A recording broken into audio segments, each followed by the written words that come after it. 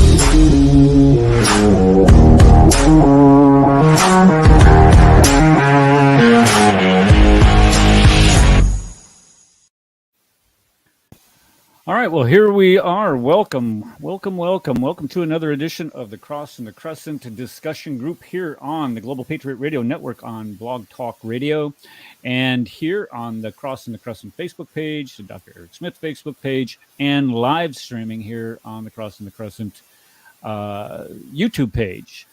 Okay, so it's Sunday afternoon and the sun is shining. It's just a bit chilly, though. That's you know why it's chilly? We call it winter, and Christmas, one of the most joyous times of the year where we celebrate the birth of Jesus Christ, is imminent. It's this coming Saturday, as a matter of fact. I was reading through some of the Facebook. You have these threads that people love to participate in. I don't much participate in them anymore because everybody's always gets so full of butt hurt every time you turn around and you say something that they disagree with, or they report you, because of course anything that they disagree with is hate speech. But anyway, we were in one of the threads. I was conversing with somebody, and they say, what they say, you Christians, you're so paganistic. You are, that Christmas is a pagan holiday, right? You know this. And what do you do when you want to start a conversation with that? Because you know exactly what where they're going with this. They're saying, well, the Romans, they had Pomona. I think it was Pomona. I might be wrong on that. Maybe it was Apollo.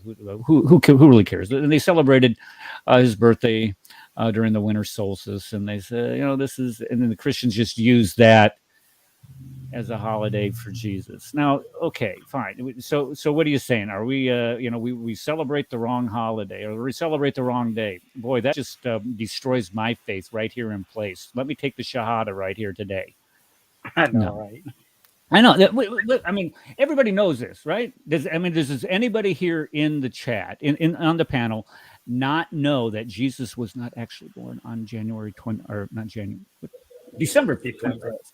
Yeah, I actually have a friend that's agnostic/atheist, and he was actually talking to me about that a couple of days ago, and I was like, I honestly don't believe that Jesus was born on December 25th. I believe it's just a day that we picked to do that. I don't believe that the actual birth, if you look into the biblical narratives and the time of year and the things that were happening, and it just doesn't add up. I said, but hey, if everybody wants to say it, then so be it. But yeah. That's you heretics. No, come on. Next, you're going to be telling me that Santa Claus is not real. Come on, dude. I can't do that with my name. All right. He was born on my birthday, September 18th. Right, well, Is that as long right? as Santa Claus is still real. All right. September. Exactly. He was born in September. September is definitely a lot Mm-hmm. more realistic than what December is. Yes. Mm-hmm. Okay, Yeah. well, here's here's from what I know. This is that the shepherds were in the fields that evening. Why were the shepherds in the field? Did the shepherds stay out there with the sheep every night, all year round? Nope. No, they don't. The only time that they really stay out in the fields with their sheep is when they're having little baby sheeps. Yes. Is that what you call them? Sheeps, baby sheep? No, we call them lambs. There we go. When they're having Lamb. Anyway, all right. All So right. we're being technical. Okay, you're right. The lambs. All right, so they're out there with their baby little sheep lambs, and the only time that they really do that is in the springtime when they are having lambs. So we could deduce that it was in the springtime sometime, but it's not December 25th. And even if it was December, who cares? It's just a day that we set aside to celebrate the birthday. For an example, my Mhm. birthday is July 4th. No, it's not. But I celebrate July 4th every single year because it's a birthday.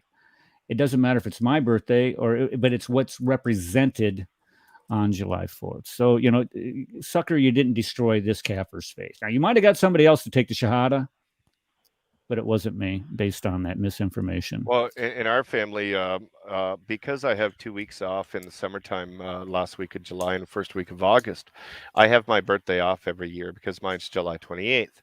But my wife doesn't have her birthday off, or sorry, I'm not off for her birthday. So what we did is we've changed my wife's birth date to when we go away on our trip to Cuba in January. Which is So- like next month. Don't rub it in. Oh, don't. Yeah, don't- I've got like 33 days left. when you're all freezing, we're going to be getting a suntan. Yeah, you're not rubbing it in. I get it. That's fine. Hater. Okay, so today, what are we doing today? Today we're going to be talking about the Sharia once again. We're going to be talking about the Islamic law. And the reason why we're bringing this up is because Rad, he just cannot stop. He does not know when to shut his pie hole. What does he do? He calls a certain show done by a certain. Now, he actually said that he's a former imam on this show, and I don't quite understand that. But you know what? I don't care because he's a self-proclaimed imam to begin with, so who cares? But the bottom line is that Yeah, I know. It almost makes me think, was he fired or something, or what is it? I mean, once you're an imam, don't you continue go to the mosque and teach and do the prayers and everything else? What happened? I Sounds like a disconnect. I don't know, but you know what that would cause me to do, Connie? That would, in order to look into that, I would actually have to Care. care. Yeah, there you go. I would have to actually care what it, but I don't. But anyway, Rad, being the Rad that he is, calls up this show, and he gets those two other clowns on there that I invited here. By the way, what were their Kamal? What's his name? Kamal. How do you say that, Rad? Kamala, like that wrestler. Like the vice Kamal president? Badawi. No, what's Jamal? It's Camel. Okay, that's what I was trying to get. Okay, the camel and Muhammad. And Rad was just trying to ask, because I don't know, what was his topic, Rad? You were just trying to ask something simple. Well, what I asked was, which actually lead me into this. What I asked him was simply this: since what's his name, Charles, is now an apostate of Islam, in the perfect Sharia state, however they want to create it, sometime in the future, whatever, should he be killed as an apostate? And they gave all kinds of goofy stuff. Well, first of all, Kenny seemed to say, your question supposes, the way the question that, in a future Islamic state, that somehow Muslims, we want a future Islamic state. So that presupposes that idea. And I'm like, you don't? First of all, you don't want to live under the Sharia? So he's contradicted himself on that. But this camel dude, Jamal, we got to play the commercial. Body wash for Muslim men. What's really sad is that we actually have that in the but anyway. So he says, why do you want to talk about all the negative things of Sharia law? Why not the good things? Like, we feed the poor with our zakat. We do all this stuff. I'm like, dude, that everybody feeds the poor. Every, legal system, governmental system. So that's nothing shocking or new. You know what I mean? But yeah, when you're killing apostates. So here's the funny thing.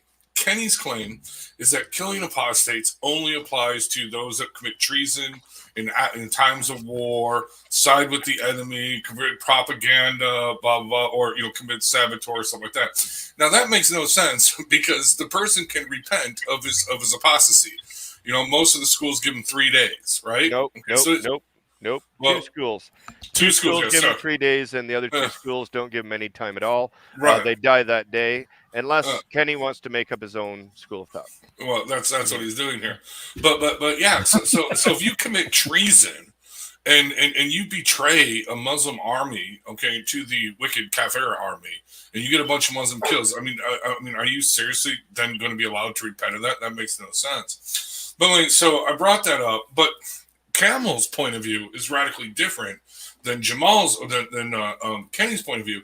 Jamal just says, no, we don't care if he leaves Islam, as long as he keeps his mouth shut, as long as he doesn't tell people about it, as long as he doesn't, go on the rooftop. And I'm like, you mean like on the internet, and tell people he's no longer a Muslim and that Islam is wrong and evil and all this other stuff, like that. And they didn't really have a response for that. But I do want to share a slideshow. They kept diverting to Deuteronomy something, and they just they would not. And this is what prompted me to invite them, because they kept talking over you. Number one, that's what they do. They just talk over people. And then the second thing that they were doing, they kept trying to change the subject away from apostasy and Islam. Well, what about Deuteronomy 26 says? I was trying to think of a good example of Jews going out and killing apostates today. And do you guys have any idea why I could not think of a good example of that? Because it doesn't happen. And Christians going out and killing apostate Christians, and it does not happen today.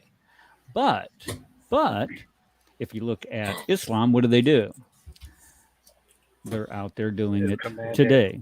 Yeah, so it's just sick. So I thought, all right, today let's go ahead, and because he talked about the beauty of the Sharia, we simply are unable to see how beautiful the Sharia is, and this is one of the things he was lamenting. And if we go looking for the Sharia, let me just give you a good graphic. I brought all kinds of little props today, by the way. You have a book here that's 1,200. It's 1,000. Oh, let me make sure. I don't want to be accused of. You don't know how long the book is. Okay, that's fine. I don't have the book. The book is 1,232 pages long. So you would think that in a book this thick, that there would be some good in here and some beautiful things. And you know what? I'm almost positive that there is. But then again, I would have to take time out of my life to go looking for these things. So what I have done is I have, you can see all the little stickies and stuff that I got coming out of here.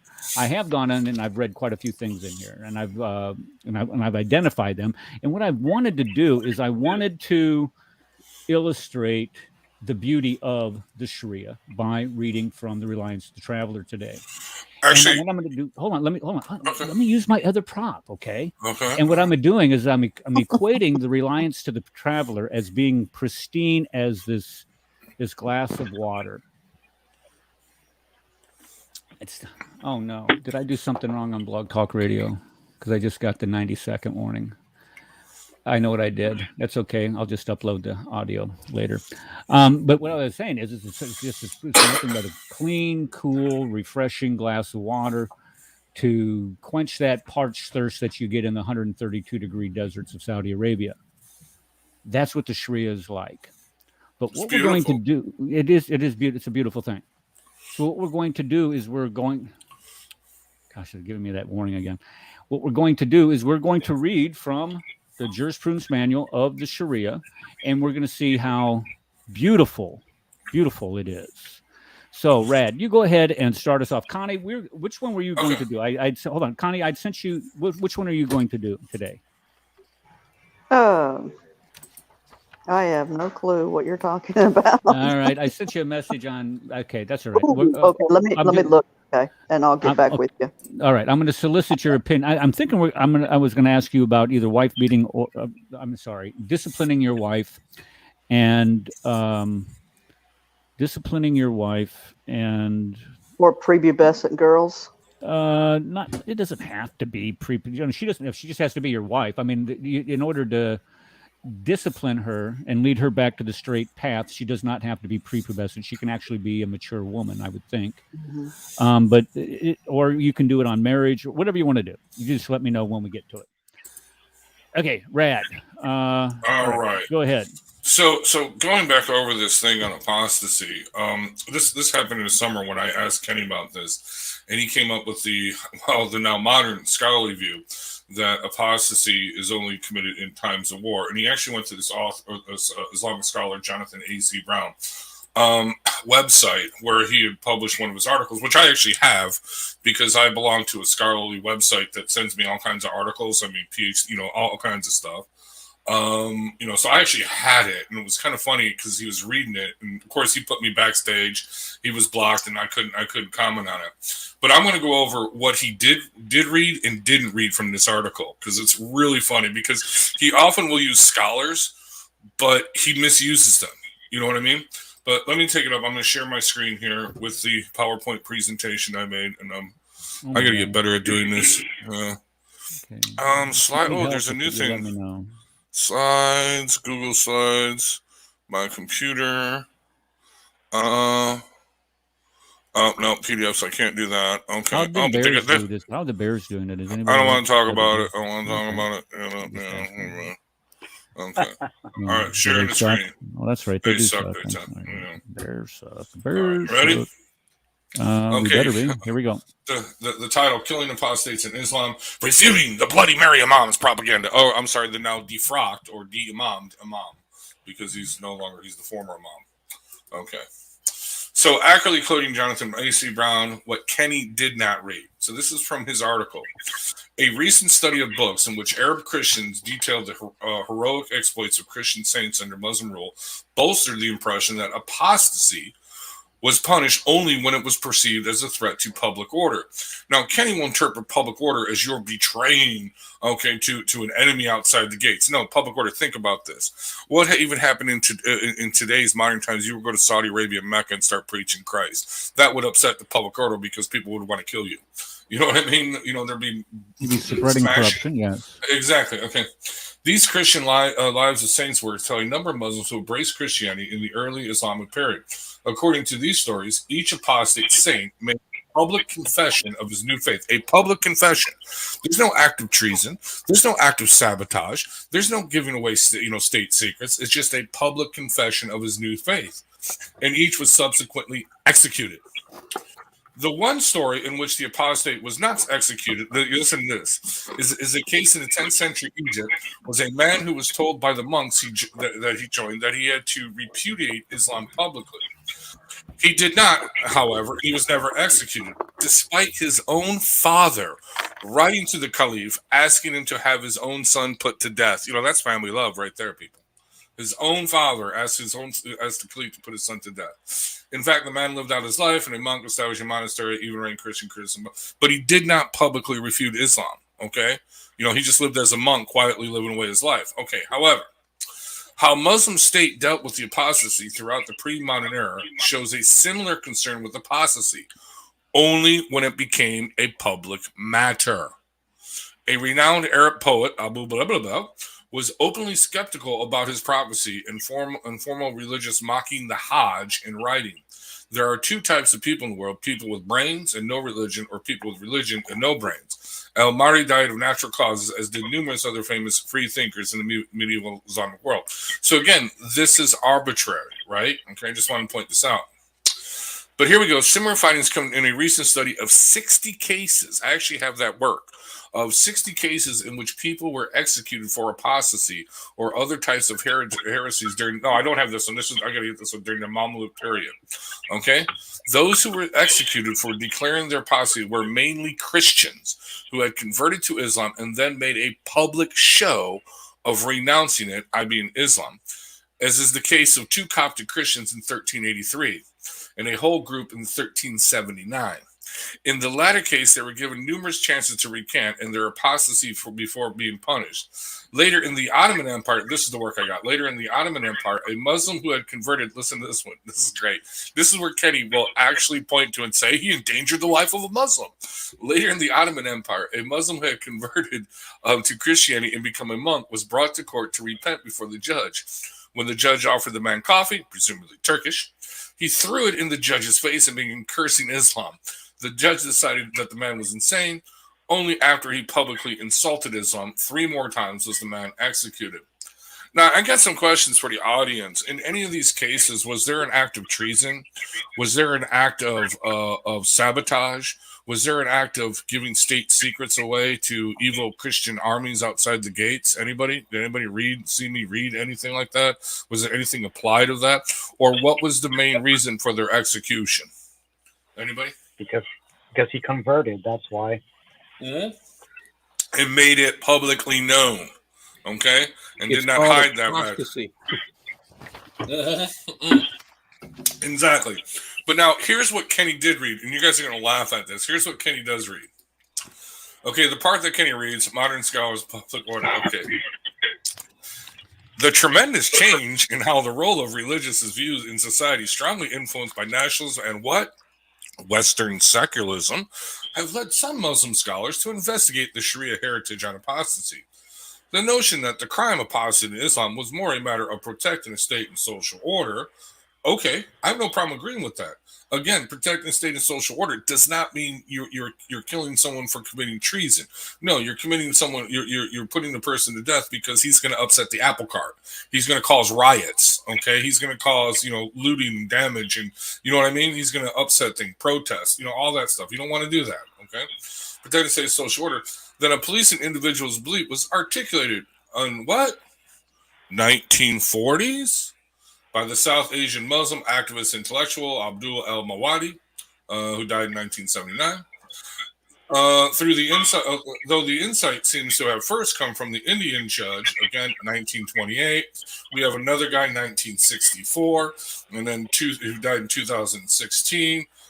Blah, blah, have reconsidered how apostasy should be viewed in the context in which religious identity is not a state matter.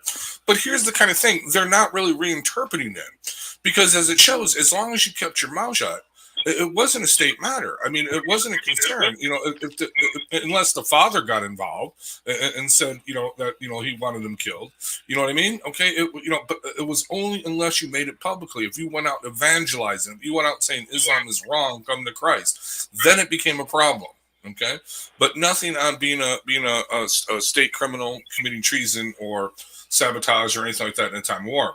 They have concluded that was criminal about apostasy. Again, here we go. Was its public dimensions, and that the threat it posed to the public order, built on confessional identity. Again, public order just means what? It just means you're not going to, there's not going to be riots in the streets. They're not going to, rip you out of your house like they do in Pakistan, and throw you, and stone you to death right there in front of your family, or behead you right there in front of your family.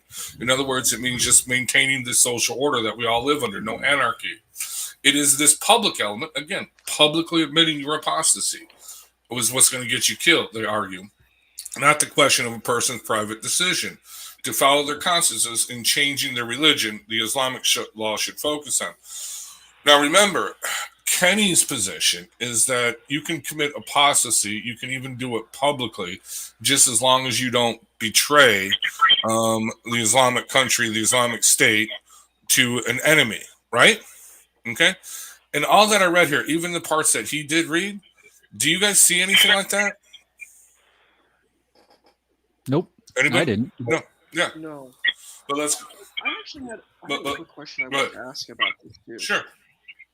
The thing that it's like, I don't know, it's something that really rubs me the wrong way. I feel really kind of disturbed by it. It's this concept. I don't know, maybe it's my political position too, but I think that politics and religion can come hand in hand. It just seems like such government overreach. Like, I feel so uncomfortable with even hearing these words. I'm like, the government should not have this much power anywhere. Like what that's Exactly. like, it sounds like 1984, the Ministry of Truth. Like it's almost the same thing. If I go against the Ministry of Truth, I am going to be rubbed out. That is horrifying. That is terrifying. And it's like, Not if you people are like, remember well, the it's Ministry of treason. I'm Truth, like, it's not. and I'm like, but the thing that's what's disturbing to me is that it's like, if you say, oh, it's treason, you speak against the government. Well, I could say that about anything. Like, if I have that much power, I could use it for anything. It's like really terrifying. Like, I was watching this movie called Time Cop with Jean-Claude Van Damme, and it's like this guy can travel through time, and because he has like this access to time, he can basically change any effects, and he can become the president. And he has like pretty much all this, absolute power that can't be stopped. And that is really terrifying. Any type of place where we have absolute power, it is scary. I don't care what people believe. If a person doesn't agree with something, so what? Look, in our country, if we use the standard here, if someone said we spoke out against the government, we could be put to death according to this rule, right? So it's like, this is a terrifying rule in any way of looking at it. There's really no way, in my opinion, that we can justify this. All you're saying is basically the government is God, and the government Okay, can well, do. We can do. You We said, have did to you just obey see the what government. happened in no the matter House what of it says. Representatives this week? Did you see what happened with Ilhan Omar and her Islamophobia? Yeah, Oh, HR. heck no. It actually HR. passed, and they didn't define it. I would protest against that. I'll send a letter to the Senate or something, especially from an ex-Muslim point of view. Well, the problem is it's already It's not going passed. to pass. It's not going to pass in the Senate, though. Yeah, it won't pass in this, No. but it has So passed. it'll die there. It'll die there. No, is this just like one of those bogus resolutions that they passed saying, "Hey, No, it's not a No, resolution. it wasn't a Oh, resolution. It's a This bill. is some, Oh, no, it's this is a something bill. that they It's a was bill. going to give them the power of law to enforce. Oh, so it's criminal. Some type So of, it's a criminal well, they're thing. going to, well, I don't know if they were going to criminalize it, but they were going to definitely identify people groups, not only domestically but internationally. They want to Yeah, monitor. this is not to be done here in the States. It's supposed to affect the UN and Okay. and to affect the world, but supposedly, Which is really bad because Yeah. the UN, they got that's the World Court. so that's Okay. so that's they're trying to Mhm. while they're trying to enforce the UN to do this Islamization, Islamophobia again. I really appreciated David Wood's take on it, how he explained it, that Ilhan Omar is really full of Islamophobia. Yeah, I saw that video this Actually, morning. That she was is. funny.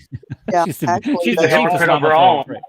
Yes. Dude, we should just hand her over to Muslims, be stoned to death for committing adultery, Well, and marry that's the part of the kafir. Sharia. I You know mean, what I this mean? is the thing. This is the beauty of the. Stop it, Rad. This is the beauty of the Sharia. And look. Okay, so, well, I was going to say two things. Number one, okay, the Senate. It's going to die in the Senate. Why? Because the Senate has a filibuster. You're not going to get 41 Republicans to vote for this thing in the Senate. It's just not going to happen. So hopefully, you won't get somebody like Joe Manchin saying, "I want to kill the filibuster," or whoever that mensch is out of Arizona, whoever she is. So hopefully they won't do that. They're not going to do that. But the second thing is you're talking about apostasy. Now, remember that nice, clear, pristine glass of water that I had this morning? I have here. Okay, so I'm going to say that, and I was going to get black, but I was going through my wife's cupboard as far as food coloring. This is what one of these things. You have 1,200 pages of beauty in the Sharia, but look what happens to this. Oops, how do I get this off here? And I picked green for a reason. Because Islam is green. Islam is green. So if you take this pristine glass and you just put one little drop of bad law into it, look what it does to that. Are you going to want to drink that? So gross. No way. No, we're not going to want to drink that. So that's just one. And that's just one that we've covered thus far. Wait till we get done with the rest of them. It's like pouring a river of water, green water in there. All right, Rad, go ahead. I'm sorry. We interrupted you. No, that's not a problem. Because I want to get to the end because I find this interesting. I'm sorry, what? I wanted to say, can I say one quick thing that I wanted to add to this? Sure, go ahead. The thing that you brought up. All right, thank you so much, Rad. I appreciate it. The thing that I wanted to add is the idea about this bill. Actually, on its paper, it might sound really nice. Like you're really caring about people and you don't want people to be hurt. This sounds nice in packaging, but if we look at the implication of what this bill does, it's extremely dangerous, in my opinion, because what the bill is saying is it's basically saying, if it's the same thing of government overreach, it's saying, well, if someone doesn't agree with me, you can be criminalized. That is extremely dangerous. And I don't think we should have that kind of bill. Like, the thing is, we can have common courtesy and say, well, I'm going to respect, or I'm going to agree to disagree. We can have courtesy when we are engaging other people. But this type of legislation is extremely dangerous in the sense that we can it's the same thing like the Ministry of Truth passing a bill. It sounds really nice. It sounds like we're true, we're saying good things, but in reality, it's not that. It's a way of the government being able to control people even more than they are, which we don't want. Oh, exactly. That's why. This is no different. Yes, they use words. They use words. I mean, though it may be filthy, disgusting, pathetic, pitiful, they name it, this is a truthful bill. The truth-worthy bill, whatever they say, they use the nicey words to title it, but then when you read it, it's full of dead men's bones and destruction. Well, this is the scariest thing here is that this is a reflection of M103 from Canada. Mm-hmm. Now, M103 was going to declare Islamophobia a crime in Canada. What this does, in a sense, is take away freedom of speech. And in countries that don't have freedom of speech, it takes away what they define as freedom of expression. It also removes anyone who has freedom of religion, because it gives Islam supremacy. That's the number one thing it does. And for those who don't know that, there is no Christian phobia. That we don't have a Jew phobia. We don't have. There's all these phobias we don't have. Hindus, whatever. But the only one that fears all of them, to be honest, is Islam, because it's willing to kill all of us. So, yeah. We have to. It's only a phobia if it's an irrational fear, which means you have no reason to fear.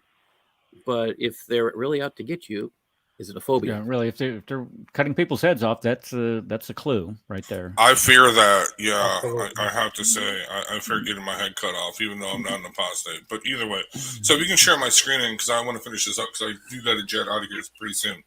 But this is basically now his conclusion. Okay, after he reads that article, after he points out that every case, where apostates were killed in actual historical documents, historical records, was because they made their apostasy public. They made it known. They refused to repent, or recant their apostasy. Okay, in cases where they didn't make it publicly known, right? They just, retired away or whatever, they were not killed, even when the father of the apostate begged the caliph to actually put him to death. Okay, then you have modern scholars come up and say, well, hey, basically saying the same thing. Okay, saying, hey, it's not, we're not interested in private in your homes. We're only interested if you make it publicly known, like Charles did, and like what's his name, Camel was saying, yeah, we won't kill you as long as you keep it quiet, as long as you keep your mouth shut, as long as you don't tell anybody. And that's what endangers the Muslim community, is trying to convert or get other Muslims away from their Islam. That's what's upsetting the social and public order, right? But here is what he writes. This is his conclusion. It may be more useful to argue, based on premises accepted by all involved, the horrific violence unleashed by ISIS, hear this, against any who oppose it is repugnant and in of itself from the perspective of Islamic law and human rights, law alike.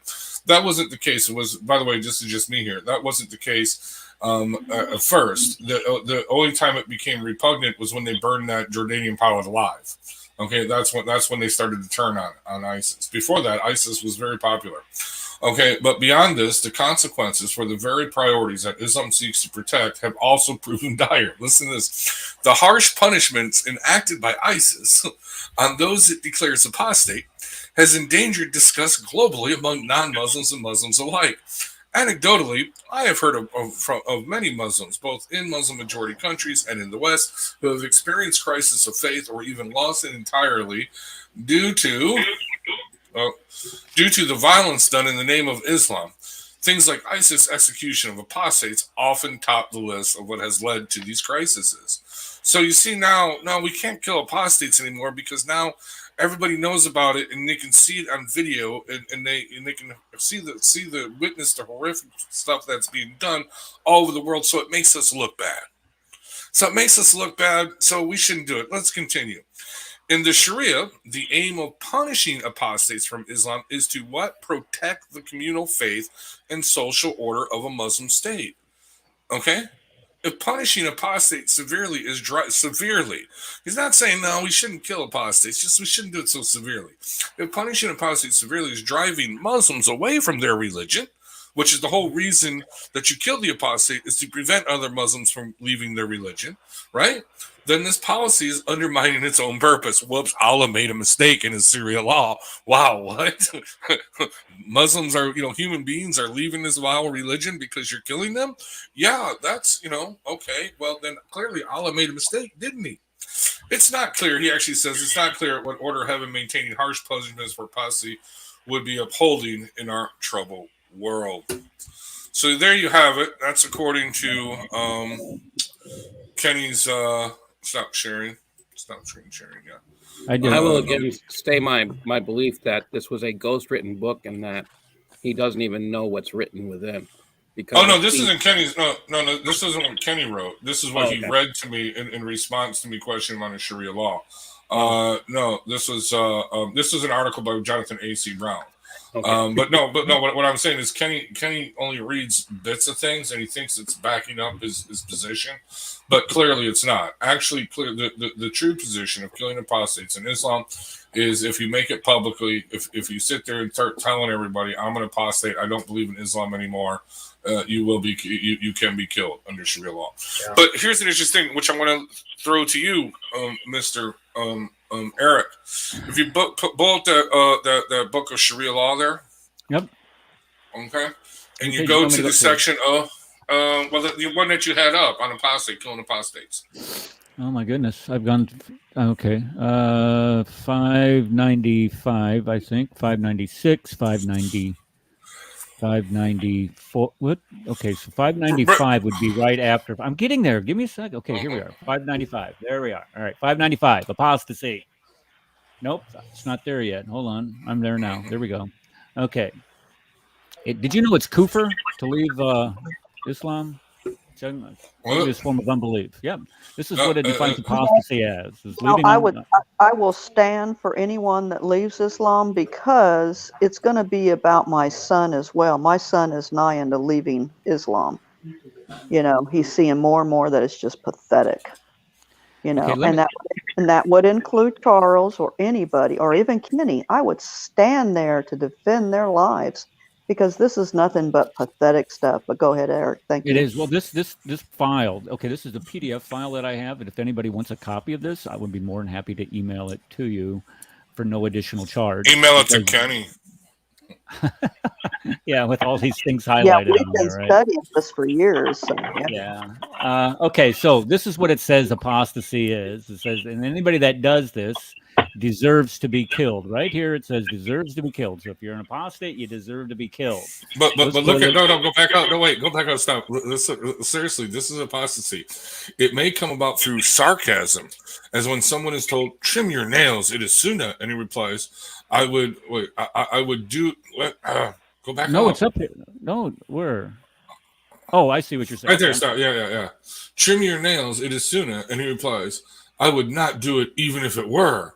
As opposed to when someone circumstances this, which exonerates him of having committed apostasy, such as when his tongue runs away with him, or when he is quoting someone, or says it out of fear. So, in other words, if you mock or you're sarcastic against the sunnah, even when it comes down to something simple as trimming your toenails or whatever, you're an apostate. You can be killed. Go ahead. Sounds like Kenny's in a little bit of trouble here.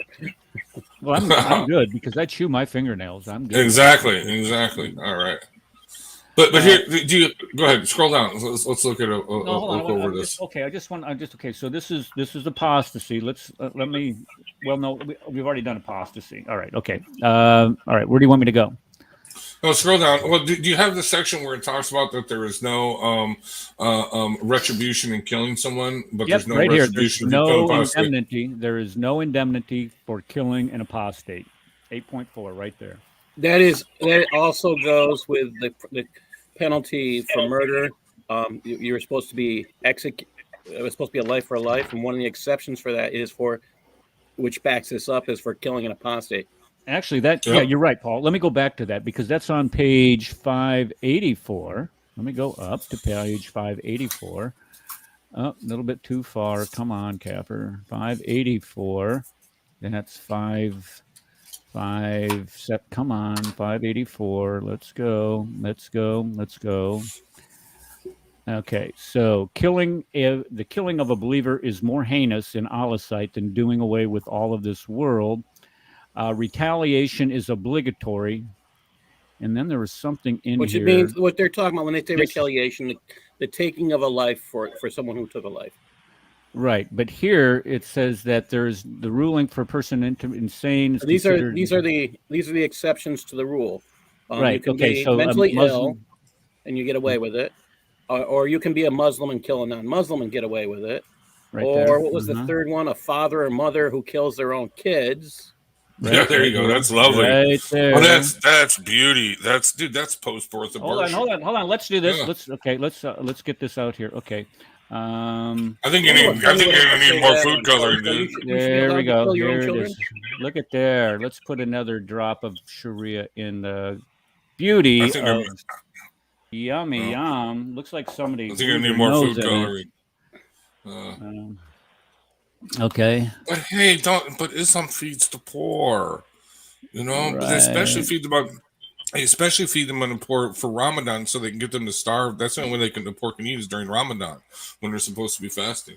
This is a true story. Did you guys hear this? Somalia they had a famine about a decade ago during Ramadan, and Ramadan where they do the fast, right? Well, they had this huge famine, and these imams were telling them that these starving people in Somalia had to fast, and they're like, "How the hell can we fast? We don't have any food." You know, like, no, you must obey the fast. And it shamed Saudi Arabia and these Muslim countries so bad that they finally sent food to these poor people in Somalia. And they actually said, how can we ask them to fast if they don't have any food? So the only reason they gave them food was, okay, you can have your food, you know, after you fast, you know, for, next 10 hours. Then you can feast. You know what I mean? For the next month or so. It's totally ridiculous. Yeah. Anyway, it's beautiful. This is beautiful. Yes, it's hold on, let me get the glass back up here. I mean, who's going to want a good swig of that? Well, if you put some gin in that actually looks like a good drink. Put some gin in that. I'm just saying, you know. Does he? The beauty of Sharia. Yeah, the beauty of Sharia is right there in the glass. Okay, it becomes beautiful as if you're drinking of alcohol. That'd have to be red for being a Bloody Mary. That's why they call it Bloody Mary. Okay, let's go back to acts that entail leaving Islam. So, you know, what if you can be killed, for apostasy, you're going to want to know what apostasy means, right? Okay, so here, there we go. I think that's kind of, so let's go ahead and take a look and see what apostasy is. Apostasy means to prostrate to an idol. I would agree with that 100%. Bowing to a rock in the middle of a desert. Well, I guess they don't call it. That's monotheism right there. I guess I messed up on that one. Okay, how about this one? To speak words that imply unbelief, such as Allah is a third of three. Now, do we say that Allah or God is a third of three? That's not what we say, because that would be relegating God to a mathematical equation. We say Trinity is what we say. So if it says Allah is a Trinity, well, then I guess couldn't we get off the hook in a court of law in this? Wouldn't you think that would be a disclaimer saying, well, we didn't say Allah is a third of three. We just said Trinity. Would you be able to not be prosecuted for that as a Christian? I would hope so. To revile Allah. So you cannot whoa, wait a second. Wait, hold on a second. You cannot Allah or his messenger. Look at that. Sounds like he's equal. Oh my gosh. Okay, you can't revile Allah or his messenger. I wonder if you could revile Jesus. Does that include what about Moses, David, Abraham, Ishmael, Isaac? Only Muhammad. Only Muhammad. Exactly, John. Only Muhammad. Yeah. Now, why is that? Why is that? Why is Muhammad so special in all of this? What makes, I mean, here's a guy that has done everything that when we look at the prophets and some of the evil things that prophets had done, like kill people, like David did, had somebody killed. Do we celebrate that? No. When Muhammad does it, hey, that's okay. Let's see. To be sarcastic about Allah's name. Okay, tell me, has anybody seen AP's video this morning? He put out this morning. Okay, it's the 10 reasons to be a Muslim. And it's narrated by Sheikh Yabudi. And so he is Sheikh Yabudi giving 10 reasons for people to be a Muslim. And, are you sure it's not Sheikh Yabudi? It's Sheikh Yabudi. Sheikh Yabudi. Mashallah. I mean, it was that. Okay, yeah. Wow. It was hilarious. So I would, after the show, I would go back in and are you going to leave bacon for Santa? There you go. That's okay. That's perfectly okay as Christians. God bless you, sir. God bless you. Okay, let's go back to that and see what Sheikh Yabudi has to say. Okay, to say that Muslim is an unbeliever, is a kafir. To say that you're a kafir, so call somebody a kafir, is to revile the religion of Islam. So, you know, I would think that if any of us that are on this panel would ever appear in a Sharia court of law, we would probably be toast. I'm just saying. I mean, you just don't ever try to get caught in an Islamic country and have to go to a Sharia court, because to revile the religion of Islam. Can I interject? Yes, you can. Go ahead. I have more of a family version of a family Sharia court when I left. So when I came on leave from Japan, going to see my family, they secretly, my great uncle and everybody, they had like a little family gathering. And this is the thing with Islam, they know well. So when you're in the majority that's run here in America, that we have laws that they know they can't do these things. So they try to do it within the inner circle, you know. So it's more like a family Sharia court they had against me, questioning me why I left. They try to pinpoint me, did the government did something to you? They try to blame it all on the government. And they try to, of course, give me a reason for me to come back, give them proof. And I just told them exactly what I did. No government influenced me on anything. So instead of me trying to kill me, of course, they have to use way of mockery. They have to use ways of, you know, if you don't come back, we got to take everything away from you. If you need any help from us or family, you know, all that will be gone. And another thing they did mention is that once I made my claim that I'm not coming back, so this is what they did. Okay, fine. You can leave, but you're not allowed to talk to any of the other family, like to your cousins, about Jesus or Christianity. One of my uncles was fearful. He said, I'm afraid that you might try to make my son come to Christian. I said, this is their choice. If they ask me questions, I said, I'm going to bring it up. I'm not going to hide away just for myself. So this is the way how they interject. And the way that brother Radical brought up about how the Muslim that became a monk, and then because he told how he felt about the religion and they have to kill him, it goes back to the shame. They don't want to bring shame to the family or the society. And this is where it comes back to that Islam is not just a religion, it's a social political system, all wrapped in one. And, you know, till this day, if they want to, yeah, they can kill me. You know, and this is the reason why these are the kind of stuff that needs to be talked about. That I think mostly for the far left, for the liberal thinking or far left thinking, they need to know this, that they're being played. I mean, I could share so many stories. I have seen with my own eyes that I've seen in the local community, they make fun of the Democrats, how much they're an easy target for their game. And for Ilhan Omar to bring something like that up, And it is true what we all talk about. Like, where's the other laws? If they want to talk about just Islam only, why not against Christophobia, Buddhaphobia, whatever it could be? But it just have to be them because the mentality goes back to we are superior than you. I'm better than you. I have seen it with my own eyes. If my father was alive, God knows, maybe he would have had the opportunity to take me out. You know, I know that he was a loving man, but this is what maybe he knew. Even as a young kid, he told me, if you ever leave, I will personally kill you. He said that to my face at age 14. I wasn't even thinking about it. I don't know why he brought that up. And then it just frustrates me when Muslims try to play this game and tap dance around when they know by law what it represents. And this is the question we ask, like, who are we blaming, going back to the Crusades and everything like that, when we see within our own inner circle that there's always problems in it. So that's what I just wanted to share with everything that's going on as a witness. This goes on in America. That's the true faith of Islam. That's the true faith of the Sharia. Who's that sheikh that said that if Islam had gotten rid of the apostasy clause, that it would no longer? Was that Khaladawi? Oh, I think one of those imams. I saw that post that too. Is, like somebody. Sheikh Karadawi. You have the leader, one of the leaders of Al Qaeda. Yep. Yeah, okay. I did a baby video on that. So, but yeah, yeah, I think I've put a meme up before because I've seen the meme where he's and what I did was I went to the because sometimes you just think somebody that is so prominent. This guy was like in the charge of Al Azhar University or something, one of the chief Islamic clerics in all of Sunni Islam.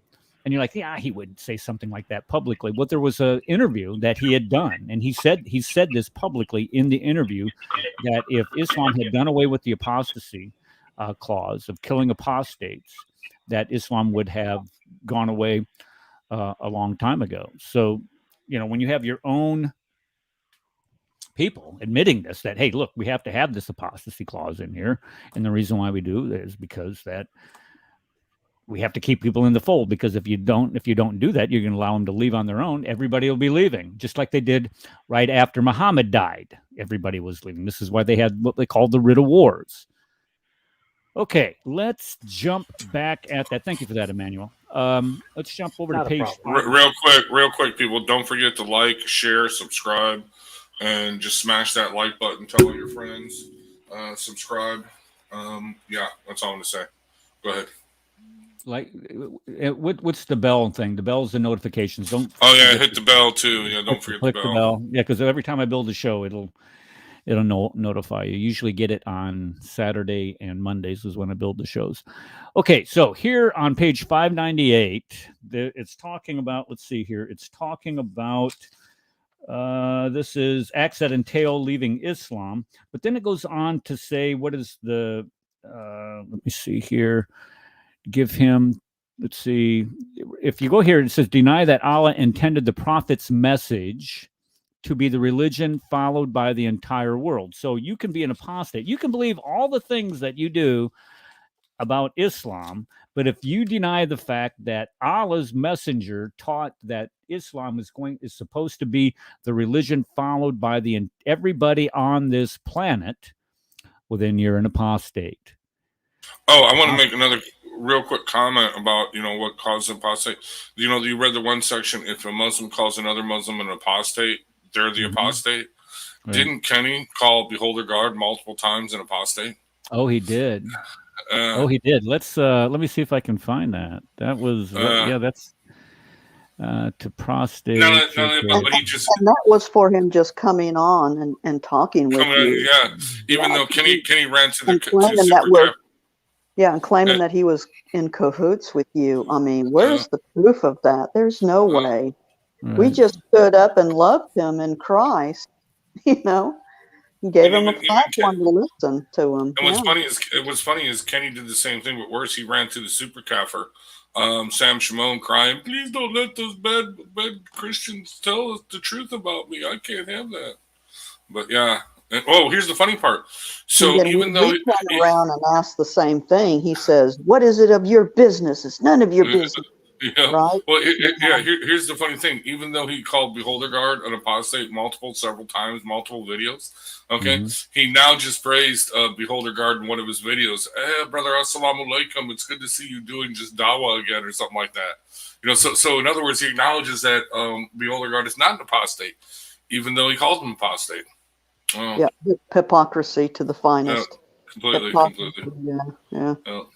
This is a recent video, you're saying? Yeah, recent Beholder Guard's last video. No.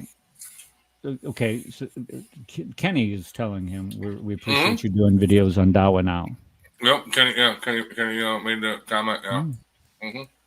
Wow. Good for Kenny, being the bigger man about all of this, right? Yeah. He's not. He didn't want to cause any drama, would he? No. Okay, so anybody else want to say anything about apostasy before we go on to the next drop in the glass of? I would have to say that the big point here with apostasy is that Islam hates all that is not Islamic. And if you have any, this is why children are killed. This is why apostates are killed. It is why family is killed. And it is why jihad is carried out as well. It is all about the hatred of what is not Islamic. Yeah, okay, and I agree with that. Because here, you know what, you were cheating, weren't you, Paul? You were reading right out of the Reliance of the Traveler, weren't you? Because you went to the next page when you weren't supposed to. You were probably one of those kids in school that read ahead. Oh, it's from my book, my last book. All right. All right, so busted. All right, so here is the very next page. Jihad. Now, what is jihad? We've been lectured quite a bit over the recent years about what jihad is and what jihad isn't. And, jihad is me losing weight. Jihad is me, getting up and going to work on time. Jihad is everything except what we find in their jurisprudence manual for the Sharia. So jihad here. Yeah, they want to lie to us West. They want to lie to us Westerns. Well, why would they want to do that? I mean, come on. They wouldn't lie, would they? They wouldn't misrepresent this, would they? Let's see what their own word said. This is what their own scholar says. This is the jihad means to war against non-Muslims. What did Paul just say? Anything that is not Islamic is to be. Who is this? Now, the Sheikh, you guys need to stop this with the names. That's not funny. Sheikh Yabudi. We can't, you don't be saying things like that. It can be friends that I am gone. Kenny never really, that is funny. Okay. Where were we? We were talking about what jihad is, and that is to war against non-Muslims. Now, war can, there are several different forms of warfare, of course. We that can be the kinetic warfare, there can be economic warfare, there could be psychological war. There's all kinds of forms of warfare. But what is the purpose of waging war? That is the question that is answered right here in the first sentence under Division O, Chapter 9. It says to establish the religion. So when we ask about the beauty of the Sharia, how beautiful it is, it gives them guidance on how to establish Islam. That's what makes it so beautiful. See, the beauty is that our law tells us how to establish Islam. Now, it doesn't say anything here about proselytizing. If it does, I might have missed it because I really wasn't looking for it, to be honest, but I don't see it. It talks about the lesser jihad and the greater jihad, and the greater jihad, of course, is the war that you have within yourself. But this is not saying anything about the war against yourself, because you would be basically saying that you're a non-Muslim. So we know it doesn't apply there. It applies down here. And what they do is they come out and they provide the Quranic justification. They give you your source verses or your the verses within the Quran that tell us what to do about jihad. And here it is. It says chapter 2, verse 216, fighting is prescribed for you. 489, slay them wherever you, Rad's voice. Rad's got to say that. Slay them wherever you find them. And then fight the idolaters utterly. And then, of course, it mentions several beliefs. And this one right down here from Sahih Bukhari, I have been commanded to fight people until they testify that there is no God but Allah and that Muhammad is the messenger of Allah. And perform the prayer, pay the zakat, and if they have saved their blood possessions from me, except for the rights of Islam over them. And if they do this, this is what he's basically saying. If you pray 5 times a day and you pay me the zakat, I'm sorry, this is an extortion, of course, then they're going to be spared. So these things, the jihad is to establish Islam. Now, here is another drop to say that the Sharia, this is the Sharia, jihad is Sharia, is part of this beautiful law that we have here. Man, this is getting greener and greener as we go on. I don't know, it looks like the New York East River on Columbus Day or St. Patrick's Day, sorry. Okay, does anybody have any comment on that? Well, I think we have to talk about the 3 levels of jihad that were given to us by the 1915 fatwa. The first level, you must hate. You must have hatred in your heart. All right. So this was given by the last caliph before he was dethroned. This last fatwa was considered secret in the United States and kept top secret until the late 60s. Something to think about. That's from 1915. From the caliph? Is this okay? So this is from the Ottoman Empire. Yes. Okay. Yeah. So that's the first level is hatred. The second level is word jihad. You're allowed to. There's not enough people around. You think you'll get killed if you commit an actionable offense. Excuse me. So your job is to share Islam however you can. You can lie, whatever you need to do, but you don't have to commit a physical act because you would be killed. And then, of course, if you feel there's enough of you, then go to war. That's the last one. They'll call it action. And these 3 levels are actually spoken of recently by Joe Biden when he called for jihad. Oh, I remember that. He was given some type of speech and didn't realize that what he was quoting from. Yeah. Is that right? Yes. He was almost quoting word for word pieces of that 1915 fatwa, and he was quoting a hadith. Yeah, that's the brilliance of people like him. And this is what's so sad about all that is that they're so desperate to pander to these people that they'll say anything. We saw this with this isn't just a political party thing. I mean, you look what George Bush did immediately after 9/11, for crying out loud. I mean, he's get up there. Islam is peace. Islam means peace. And who does he have sitting right behind him? Was it Nihad or no? What's that guy's name? The leader of CARE today, Nihad Awad or Amwad? Nihad Awad. Awad. Okay. The dipwad is standing right behind him. This guy is a criminal, and he has this guy on. Man, I see a pattern here. He has this guy on the stage with him. So when we look at what jihad, so you say there's 3 levels of it. The one where you have to have a hate-filled heart for somebody that is not a Muslim, or that was required, and that's required of all Muslims. There's no exception. How can you require somebody to hate somebody else? I mean, just think about that for a second.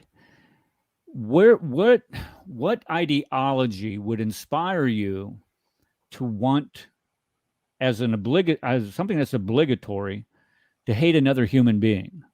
I could see if another human being, killed your mom or killed a child or something, you having that enmity in your heart for another human being for doing that. I understand that, but just to hate somebody because they don't bow 5 times a day to a rock in Mecca? How hate-filled is that ideology that inspires somebody to tell somebody else that they have to act like that? From the mind of Satan himself. That is so true. That is so true, because this is when we talk about all of these things that we've discussed about what Muhammad did and how people actually they completely ignore or completely minimize what he has done in order to provide him praise for, you know, giving the Quran or doing all these other things. They completely ignore the evil this guy did. I mean, you can't get away from him being 55. And this, I go back to this all the time because I just can't get over this. When a man does this to a little child, that causes me to want to throttle the guy. I mean, to think that a man my age, maybe a little bit younger, would do that to a little girl, that causes people who, you would hope that the sheepdog in you would come out and want to protect those little girls, not praise the guy who did it or try to excuse what he did. And he just didn't do it one time. He just didn't do it 2 times. He married this little girl and kept doing it every single, well, not every day. I don't know if he did it every day. He claims he did. How sick is that? Yeah, you can't flow your love towards this hatred. You flow your love towards the children to defend them and to speak out so that they will be treated correctly and against this Well, evil. it's you hit the nail on the head when you said that this is only something that would be demonically inspired would cause people to say, "Oh, that's okay. You just don't understand." Yeah, you can't drip your love towards an ideology that says, "Go for it, little girls, prepubescent little girls, or game for you." You can't drip your love for that. You drip your love for the children. And when evil hears us, they don't hear that we're dripping love for evil. And we never will. We drip our love for the children to defend them because this is nasty, it's disgusting, and it's pathetic. Let me read. Let me read from the 1915 fatwa. I have a copy here, and this is jihad. I've labeled this jihad of the heart. It's called jihad in secret. It says this is the easiest and simplest. In this case, it is to suppose that every unbeliever is an enemy to persecute and exterminate him from the face of the earth. There is not a Muslim in the world who is not inspired by this idea. However, in the Quran, it said that such a war is not enough for a Muslim, whether young or old, and must also participate in the other parts of the holy war. So it's required of everyone, and yet it's not enough. That's just scary. It is. I mean, it's sad that you got 1.5 billion people on this planet that. Okay, let's move on to something a little bit more beautiful about the Sharia, shall we? Yes, we shall.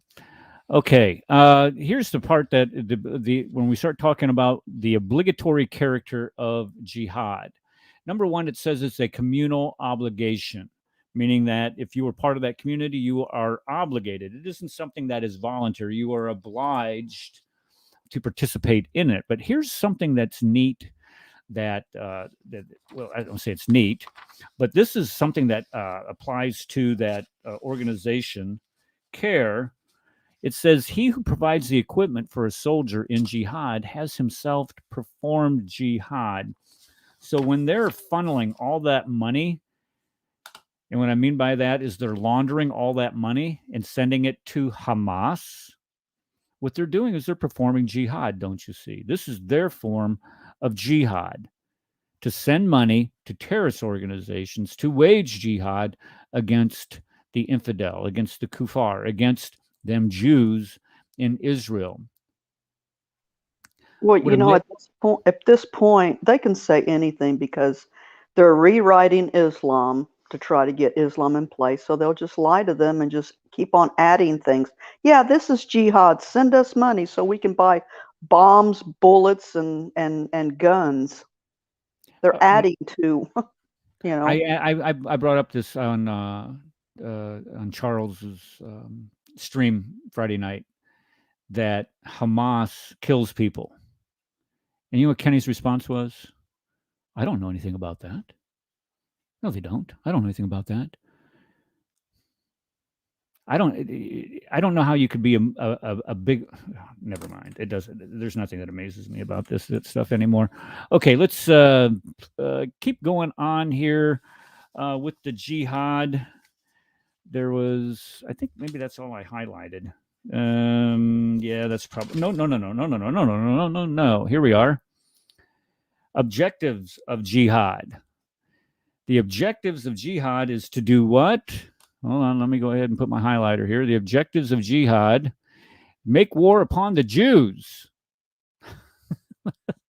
the Christians, and these people who no longer exist, the Zoroastrians. So they've won at least 1/3 of the battle there, I guess. But that is the objectives of the jihad, is to wage war on them. Now, the first thing they have to do, and is Osama bin Laden did this, he's invited them to the faith and practice. So in that letter to the United States, Osama wrote, hey, I invite you to Islam.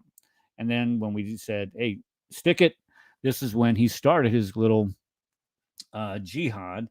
And then look what it has, look what it leads to. And if they will not, then invited them to enter the social order. Well, what is the social order, pray tell? We don't know what that is. Oh, but they tell us. Here it is. Islam by paying what? The non-Muslim poll tax. And what do you call that? You call it the jizya. I thought that the jizya was not, they didn't do that anymore. You know what the first thing the Islamic State instituted in Mosul? the jizya. Every dhimmi had to pay the jizya. So, and if they don't do it, then the war continues until they become a Muslim or else pay the look at this, until they become a Muslim or pay the non-Muslim poll tax. And where do they get this idea? Oh my gosh, they get this from Quran 9:29. Yeah, 9:29 right there. Fight those who do not believe in Allah until they pay. The Imam wants to say, you take everything out of context. Well, it's right there in the Sharia handbook right there. Yeah. The Reliance of the Travelers. We can read it, Kenny. Well, stop lying. We can read. They prey on the ignorance of people. This is we aren't ignorant anymore. We aren't. Well, that's the beauty of living in 2021 here, is because now we have access to the internet. We have access to books like these 1,200-page books, and we have access to anybody can pull up a PDF. You can get this off off of the internet, for Pete's sake. So it isn't like we can't figure this out, and we can't figure out when you are lying to us and when you are not.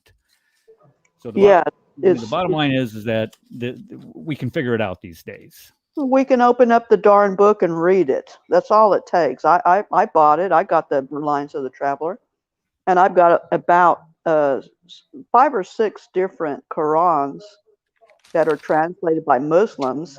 So you just open up the book and read it and see what it says. It's as simple as that. And for any imam saying, no, it doesn't say that, well, he's lying through his teeth. Well, he's the Islamophobia because he fears Islam, because he won't say what Islam is about. He runs from it. We aren't running from it. We're running to it and rebuking it in the name of Jesus, because we know it comes from Satan. That's our battle. We love the Muslims.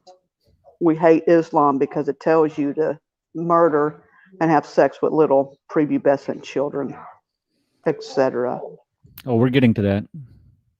You're going into the lineup here in just a second, Connie. All right, so let's go over here to the non-Muslim poll tax. This is on page 608. Okay, so the minimum, and this comes out, I did this one time. It comes out today. If you did this, it would only come out to a couple $100, because gold is not worth as much as it used to be as far as the current value of the dollar on the international market today. But with that said, it still comes out to quite a bit. Then you come down here to let's see, non-Muslims are subjected to comply with Islamic rules that pertain to the safety and indemnity of the life, reputation, and property. In other words, it's your safety. You have to obey the Islamic rules, or your safety will be imperiled. By who? The people who are making you take this oath. And let's see here. You cannot dress like a Muslim. You can't wear the zunar. Not that I would want to dress like that. I don't think anybody, I don't know. If you want to put on a dress, that's fine. It's 2021. They haven't have separate bathrooms for you. Let's see. You don't greet them with assalamu alaikum. And you must keep to the side of the street. Now that's from a hadith that talks about you force the hold on, I gotta sneeze. Yeah, that's nothing but humiliation. They want to humiliate you. Those were all the Canaanite nations. That's what they wanted to do. Well, the forcing one of the their forcing definitions is humiliation. the forcing over the side of the street is where all the excrement would be. So this is where they would force the non-Muslims to walk, is in the midst of the excrement. Let's see here. Let's see display. So, so they had chit on the streets, huh? Wow, that's great. It's a great Islamic country, right? Yeah, well, it's nice and clean. Let's see. Yeah. Let's see. Okay, we can't live in the Hijaz, meaning the area around Mecca, Medina, and Yamama. Let's see here. A Muslim may not enter the Meccan sacred precinct, Haram, under any circumstances, or enter any, this is the important part, any mosque without permission. So in other words, I cannot enter any mosque unless I'm granted permission. Now, try to keep a Muslim from going into a church and see what happens. What do you think would happen with something like that? Oh, I don't know. You would have a bunch of butt hurt that would be on CNN, and you would have that civil rights group known as CARE screaming and moaning and complaining about how unfair it is to prevent them from entering a church.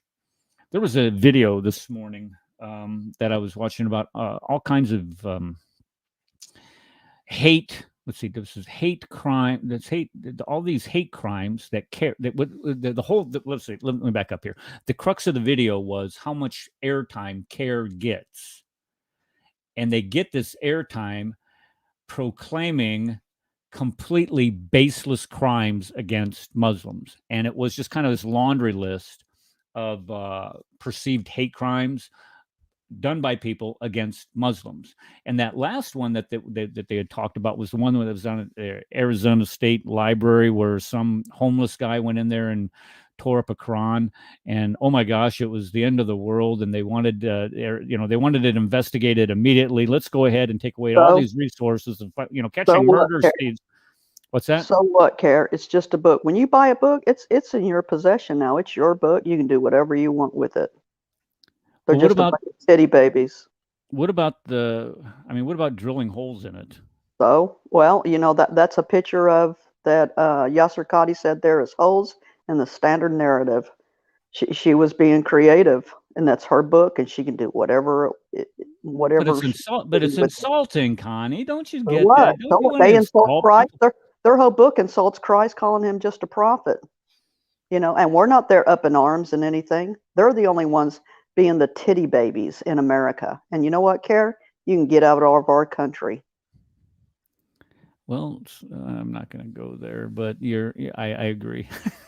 If Egypt there's the door. I mean, you can leave. Kick them out, we kick them out in the name of Jesus. Legally, they aren't allowed to operate in the United States. This is the underlying strangeness of this.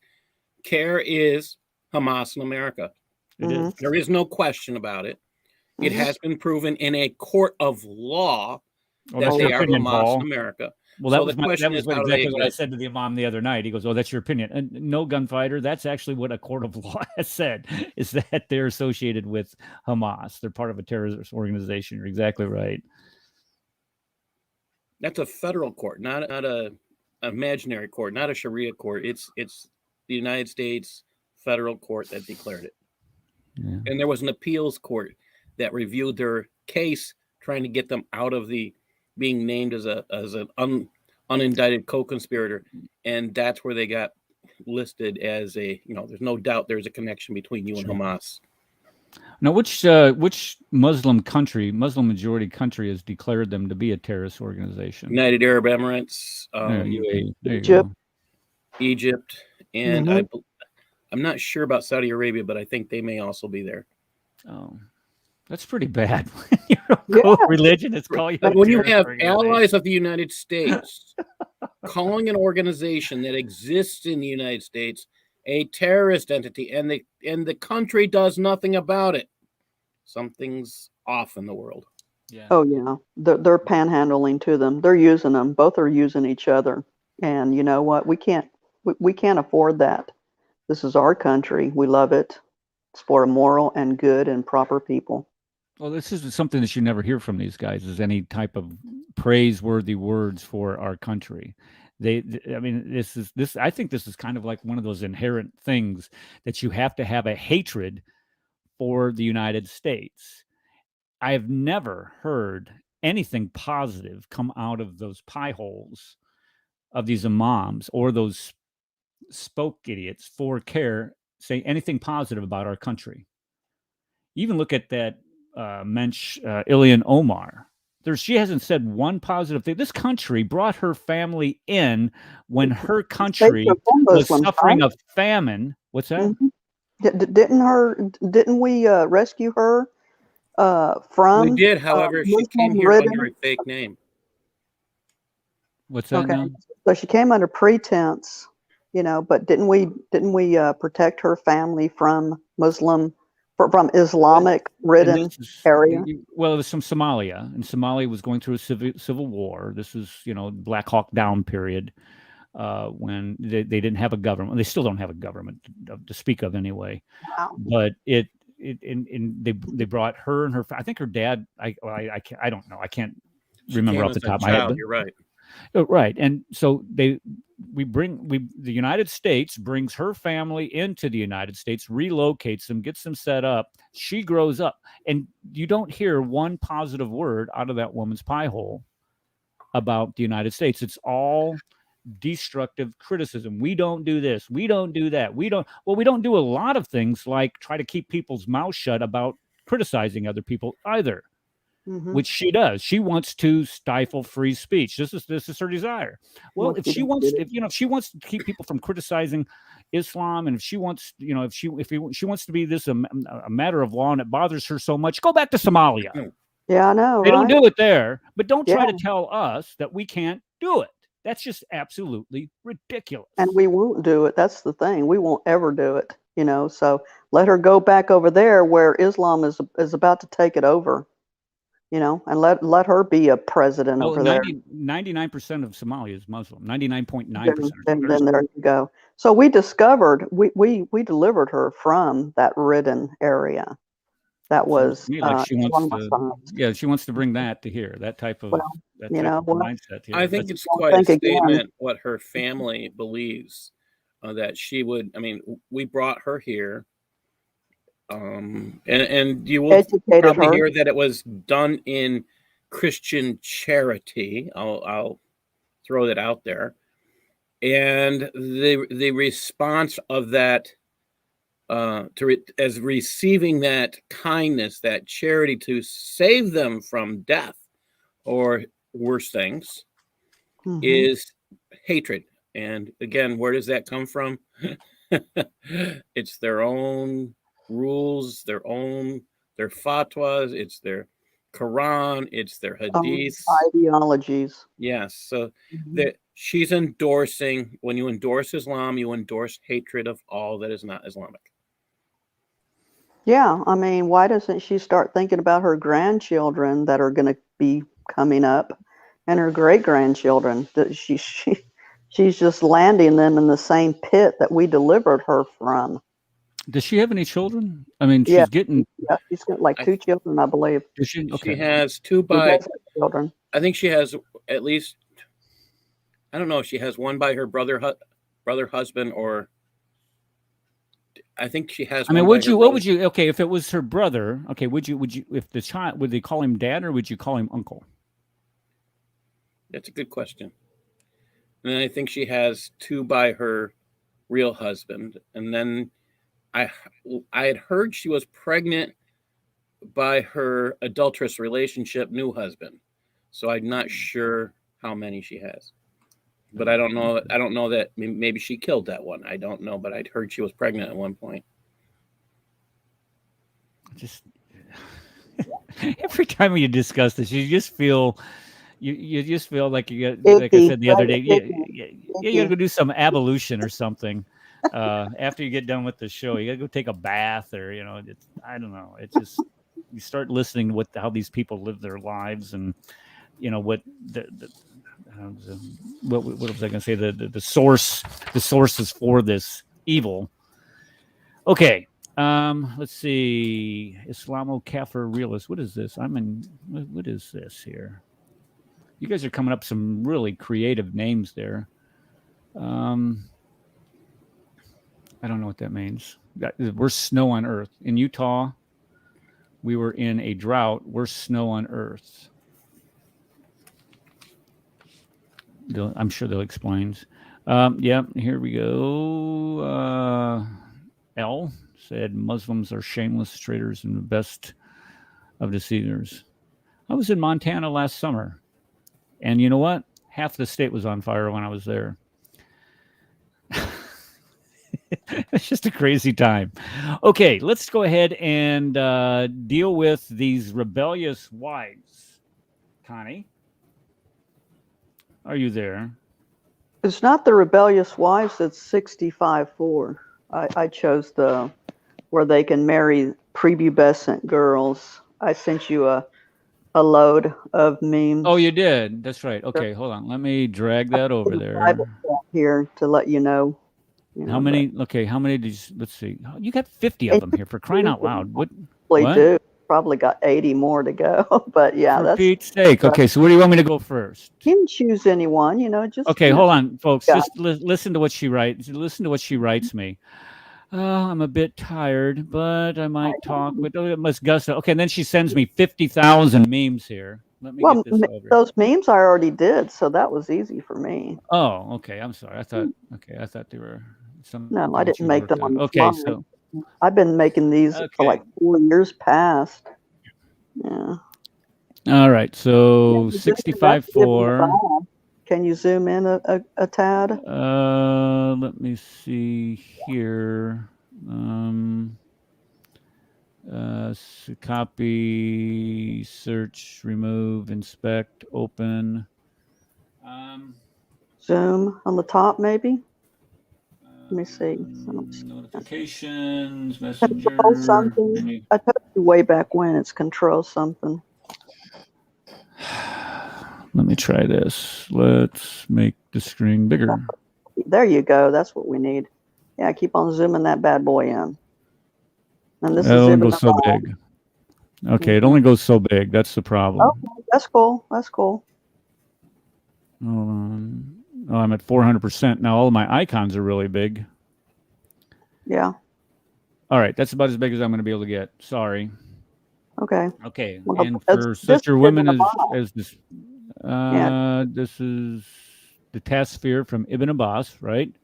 Mm-hmm. And it says, of your women as despair of menstruation because of old age, if you doubt about their waiting period, and their period of waiting shall be 3 months. Upon which another man asked, O Messenger of Allah, what about the waiting period of those who do not have menstruation because they are, look at that, too young? Now, what are you doing asking about little girls? I tell you what you're doing. You're acting like a scumbag. That's what you're doing. Oops, sorry. That's what you're doing. You're acting like a scumbag. Okay, I'm sorry. Where did I saying they're too young, where one imam goes, no, you're taking it out of context. This is Ibn Abbas. This is Muslims translating his Arabic words right there. We're not lying about this, Kenny. You can see this disgusting filth for yourself. This is Jalalain here saying the same thing. Right. Also for those who have not yet menstruated because of their young age. Young age, meaning they're little girls. They have not become women yet.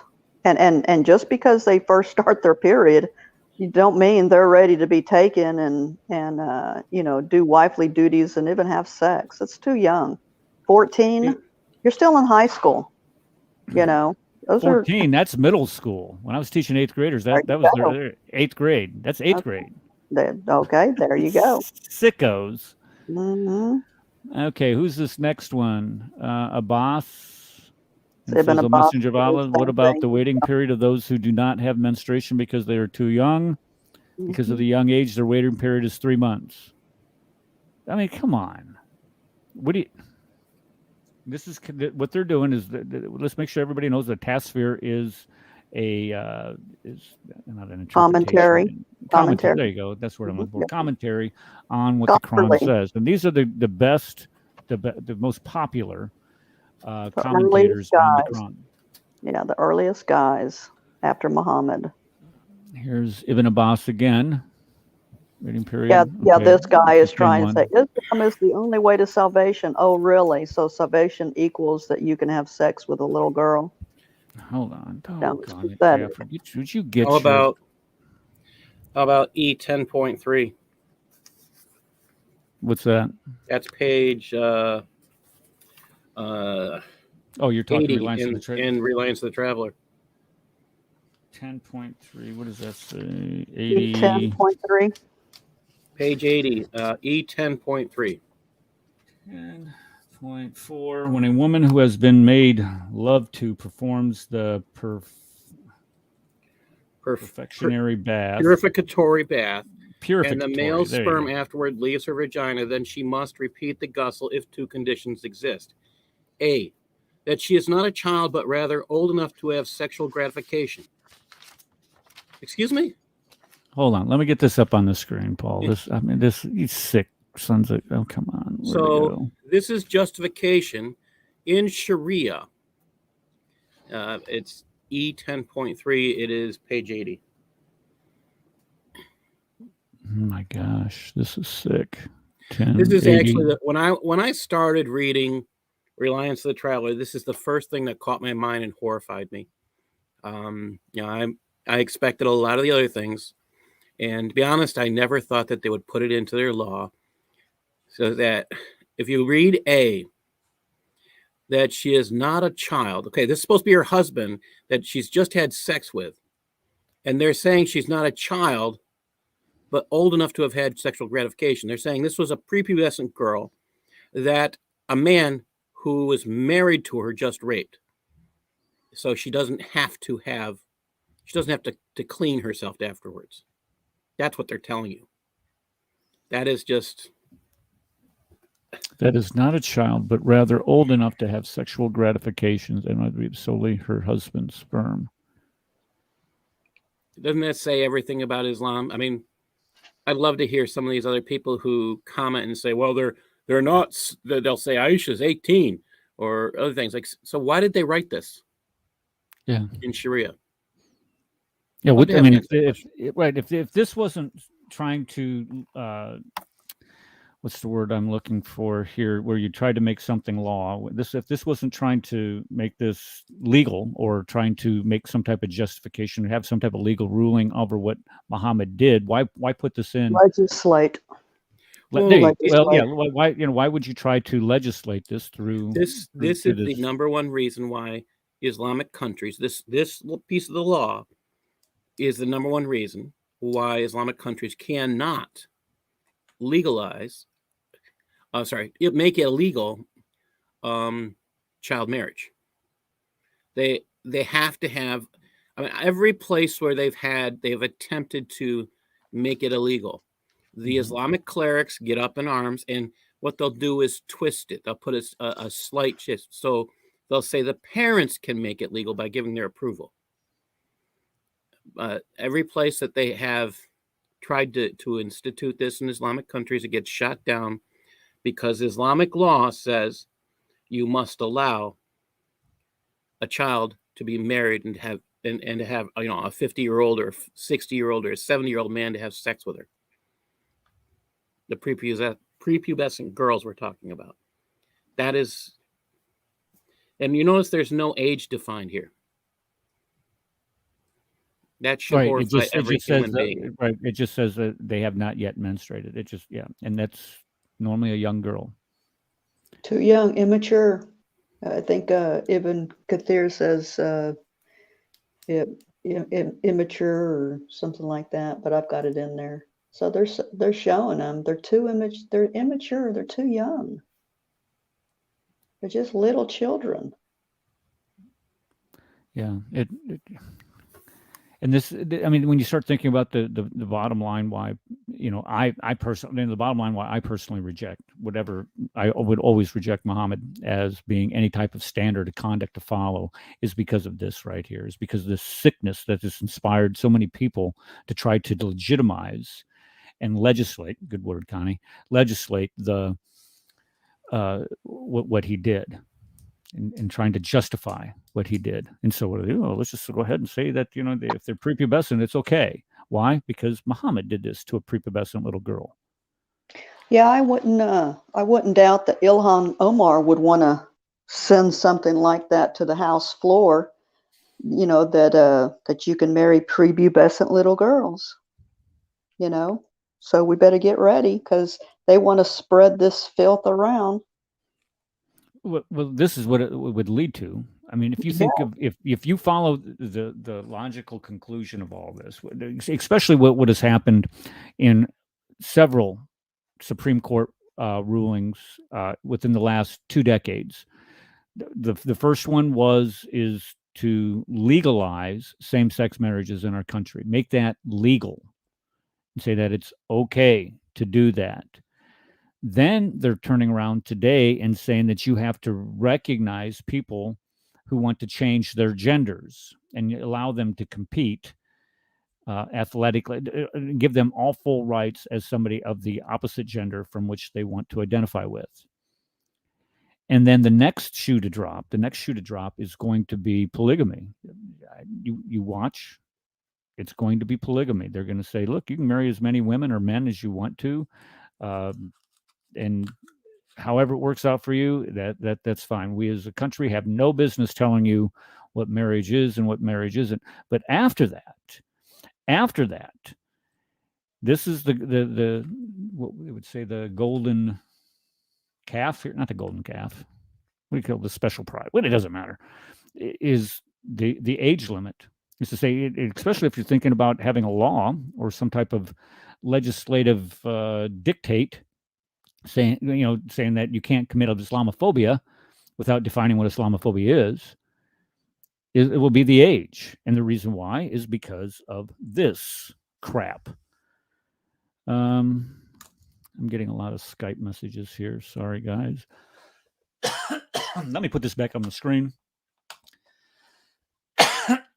Connie, what is this guy? Who is this guy here? You don't know?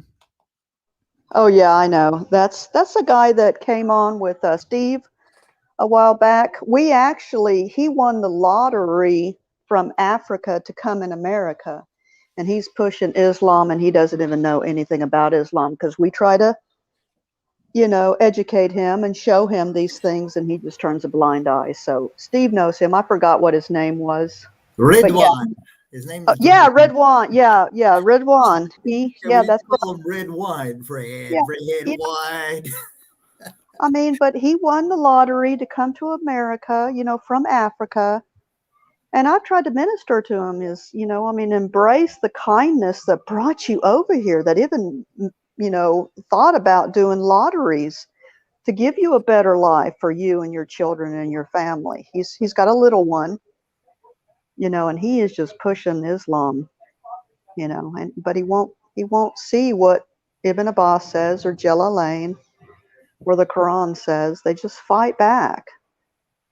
I think what would be good for somebody like him is to have his little girl when she's 9 years old, married off to some old scumbag, and then come back and try to tell us that it's okay. Oh my God. All right. What's this next one you got here again? It was this Al Jalalain saying the same thing. Yeah, go ahead. Okay. All right. What's the next one we got here? That was it. Was that all that you sent me?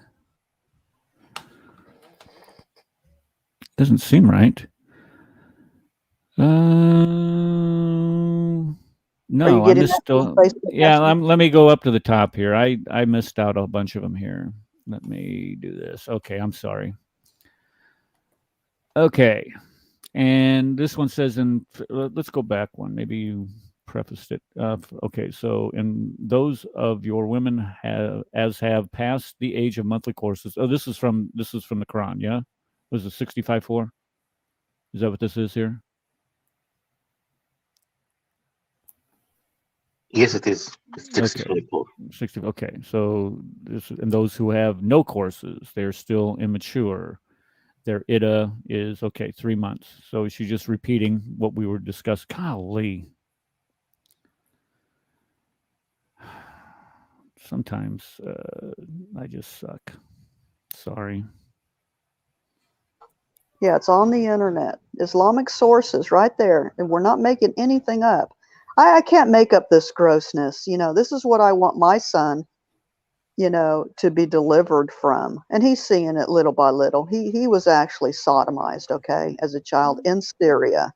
So he's, it hurts my heart to even say this stuff, but, you have to, because this is what Islam is about. Anything that they give men to do that's sexually just pathetic, you can pretty much guarantee Islam grants that permission against little ones. And Jesus spoke. Well, here it is with you had this one about Ibn Kathir. Yeah, there we go. Ibn Kathir says too young. This guy came. You want to read that? Yeah, it says the Ida of those in menopause, and keyword there, and those who do not have menses, meaning that they do not menstruate. The same for and then it goes on to say the same for the young who have not reached the years of menstruation, have not yet reached the years, That means that you have not entered puberty yet. So what does that mean? It says the same for the young. Young. It's young. See the word young? Jeez. That tells it all. That's why I got that little baby girl face right there. She's too young. She's a young girl. Jeez. Yeah, this is the beauty. This is the beauty of Islam, don't you see? This or not the Islam. This is the beauty of the Sharia, don't you see? And Kenny says he would stand up for those little girls if they died on their wedding night. Well, they have, Kenny. I mean, the internet is a broad range to see things. And little girls have confessed this on the internet, on YouTube, and saying, no, I shouldn't have been delivered to this. And their family delivered her from that. Well, this is where the parenting skills. Your parenting skills suck. If you're a father and you allow this to happen to your little girl before she's even entered puberty, because you're afraid that some old scumbag down the street, because he wants to marry her, might report you to the Islamic authorities, then you're a coward. You are a coward. If you don't stand up for, well, I've seen these video clips where these girls are being forced into these marriages and they're screaming, pleading with somebody to stop it. Yes. How can you be doing this? I mean, and it's just, it tears your guts out watching Eric, this. Eric, you're exactly right. And this says everything about Islam. And it also sums it up by, look who they picked to be the first caliph. The man who gave his 6-year-old daughter to the pedophile prophet. Right. Mm-hmm.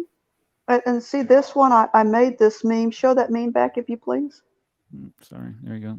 From what we've talked about today, I mean, look at that. This is Surah 23, 7 and 8.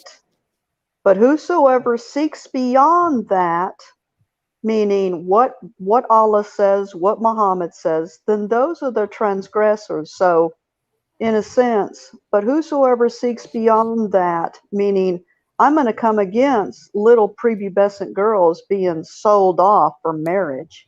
I'm a transgressor because I stand up for the little girls, And the love is flowing for those little girls, not for the evil that wants to be done unto the little girls. And then the next one, those who are faithfully true to their all the duties that Allah has ordained. You know, meaning, okay, you can marry prepubescent girls, that this is honesty, this is moral, you have a moral responsibility and trusts. No, this is just like what our government wants to do, is put all these nice words, title it, nice good words, but then when you read the document of it, it's scum, it's filthy, it's pathetic, it's immoral, it's evil, and it ends up injuring people or shuts their mouth. Because see, that's what she's trying to do, this Ilhan Omar. He's trying to shut my mouth so that I won't say that this is evil. Once they shut our mouth, well, then they can pass they can try to pass filthiness of Islam. Well, a lot. You're right, because this is what this is an attempt to silence people, Yes. shame people into silence. Yes. Well, this is beyond shame now. She's bringing legislation, trying to pass the House, which she passed, which was like a 219 to 214 or 15. It barely passed, and it won't pass in the Senate. Well, let's pray it doesn't. Geez, look how much. Oh yeah, and look at this. Okay, this is in the translation by A.J. Arbery. And those who have not yet menstruated yet. It's right there. We're not lying, Kenny. We're exposing this filthiness that's in the Qurans that are translated by Muslim scholars. Why if you marry, let's say you're an old scumbag and you do marry a little girl that's prepubescent, what business do you have after raping this little girl? Do you have divorcing her anytime soon? I mean, why would, after doing that, taking away the innocence away from this child, because it says that she's prepubescent here? Yeah, too young. What business do you have trying to divorce her after that? You got your rocks off on her now? Yes, I gotta wait. Her. Now he don't want this little brat. Now he knows he really has just a child. He used her, abused her, and now he don't want her anymore. And Allah goes, oh, that's fine. Just wait until 3 months. Make sure she's not pregnant. But okay, because Allah don't know. Doesn't Allah know? 3 months. This is written for a pervert. Think about this. This is written for somebody who has a sexual perversion or a perversion of human sexuality, and this is supposed to come from the God of the universe. Really, you're going to try to tell me that this comes from the God of the universe? That as a man, marrying a young girl who's prepubescent, who really doesn't understand the concept of marriage to begin with. Why? Well, because she's prepubescent, don't you see? She's too young. She's just a kid. She's immature. And now you're going to divorce her. Because why? I mean, how can? Where is the heart in all of this? Is what I guess is kind of what I'm trying to allude to here. Where is the soul of the person doing this? Where is your mind? If number one, you're doing this to begin with, but number two, then you're trying to turn around and divorce her. I mean, is divorce? That's just disgusting. So he's going to keep on doing disgusting things. He divorces her, or Allah gives him permission to divorce. You want to know where the heart is? It's right here on the screen. You guys are ill-informed. Well, he might as well just say that, and that's a boss. He might as well say, "Oh no, that's this is Yahya," because I remember Yahya saying that last time. This is exactly the type of person. Ibn Abbas, I showed you Ibn Abbas. I showed you Ibn Kathir. I showed you Jalalain. So you're nothing but a liar, Yahya. Grow up. Repent, come to Christ. But this tells you where his heart is, and this is what's so sad. This tells you exactly where his heart is. They're captive. They're hostile. They're trying to justify this type of behavior. when you try to justify the unjustifiable, you've lost your soul. And all of the let's see. Okay, let me see here. Something about filth. What was this? I would never join such filth, and how people could think this is God. Exactly. A few nuts and bolts loose. I'd say they have a few something loose, but I wouldn't call them nuts and bolts. I would say that it's I don't know. This is just kind of one of them soulless things, and to think that people actually think that this comes from an almighty God. Mm-hmm. Yeah. Okay. What else we got here, Connie? I'm sorry. I think that I think you pretty much hit the highlights of all of those. So I mean, it's showing, and there's Wadudi. I think this is Wadudi. Yeah, Maldudi. Maldudi says the same thing.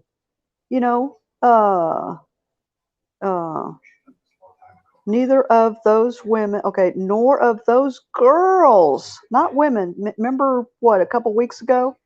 A boss wanted to say, no, they're not girls, they're women. This is Maldudi saying, nor of those girls who have not had menstruation yet. Ibn Maldudi is calling them girls. So Ibn Abbas is lying. I mean, we all know it. The Muslims that don't want to get honest, they will lie through their teeth about Islam, and we don't buy it. Connie has given out the citations straight from the Quran and from the Hadiths. Mm-hmm. I have given you, and Eric showed you, it came straight from the Sharia, where they're talking about you don't have to perform a perfunctory bath after you've had sex with your husband if you're not mature enough to have had sexual gratification. Okay, that's a prepubescent girl. I mean, it doesn't get any more blatant in anything. Everything has been outright blatant. So you have to be incredibly stupid, ignorant, or you can't be blind. That's the catch. You can't be blind because that information is there. So stupid would be one thing, but again, you can't be stupid when the information is provided for you and you can look it up and verify it. So imbecilic, maybe, moronic, maybe, because you're denying reality. So I'm not sure where you would fall, Seyfed, who denies the information provided, the exact Islamic scriptures cited, the exact Islamic law provided. I don't know where you fall. Is lying deceitful to yourself? And I mean, we know it's the deceit to to other people. Muhammad is wrong right there. Yahya is saying that Muhammad is wrong because he married a minor. No. My goodness. So Yahya is denying Muhammad, but that's allowed because under Islam, you're allowed to deceive, even though Muhammad didn't care if anybody deceived others. So he's being deceitful. He's being a good Muslim and practicing his good ability to lie. But other than that, he's actually committing apostasy because he's denying Muhammad. Minors. They don't even know. I'm against minors to be married, as this is abuse. So you're an apostate, Saif. This sounds like that more sounds like Abbas, because Abbas came on. You're definitely an apostate according to the Quran, according to the definition we just read out of Sharia. You are an apostate for denying Muhammad. Mm-hmm. Well, this is the beauty of Sharia, don't you see? Well, what did they say apostates are? What did they say apostates are? What's the penalty? Death. Right? Death. Oh, is there any other penalty? I don't know. I didn't see any when we were in there. I didn't see anything else. Death was the only option. Yeah, it's the final one. They in the other countries they want to claim, well, we don't have any much money, so we sell our little girls because we need the money. I would never have sold my little boy, never. Knowing that would have been happening to him, never. Hold on, this is a good one. Okay. This is why Abu Bakr was a sick pig too. Muhammad married our mother Aisha with the agreement of her family. Well, who's in charge of her family? Abu Bakr. Abu Bakr, exactly. And she was old enough. If she's prepubescent, if you say that's old enough, then I would say that 6 is old enough. And I don't care if Zubair bin Mutam or Sheikh Yabudi comes out and says that she was over 16. The hadith, the Sahih hadith from like Sahih 4 of them, Bukhari, 5 of them. exactly, Sahih Muslim, Abu Dawud, all of those guys cite hadith that say that cite her saying that she was 9. Now, if you want to go ahead and go against that type of scholarship, that's your business. But don't I got a try to meme. tell Again, us. that makes him I sent an a meme apostate. on that to you. Let him show that, because it shows like at least 2 memes on that. That she was 6 and he consummated at 9. You know, Was so that part of what you sent me? Let me see if I can find yes, that. sir. When you deny Oh. Muhammad like this, you deny Islam, and you become the reprobate-minded Muhammad, reprobate-minded Islamic. You're definitely definitely qualified for the title of apostate. Yep, exactly, Paul. Yeah. Okay. So this says that she was 6 years old when he consummated when she was 9. Right. Mm-hmm. Yeah, and this is narrated by who? Right there. Sahih al-Bukhari. Yeah, but it's narrated. It says up here, it's narrated by Aisha. Oh, so yes. You don't trust her. So, is there, again, it doesn't make him an apostate for denying Aisha, but it's definitely an apostate for denying what the quote prophet did.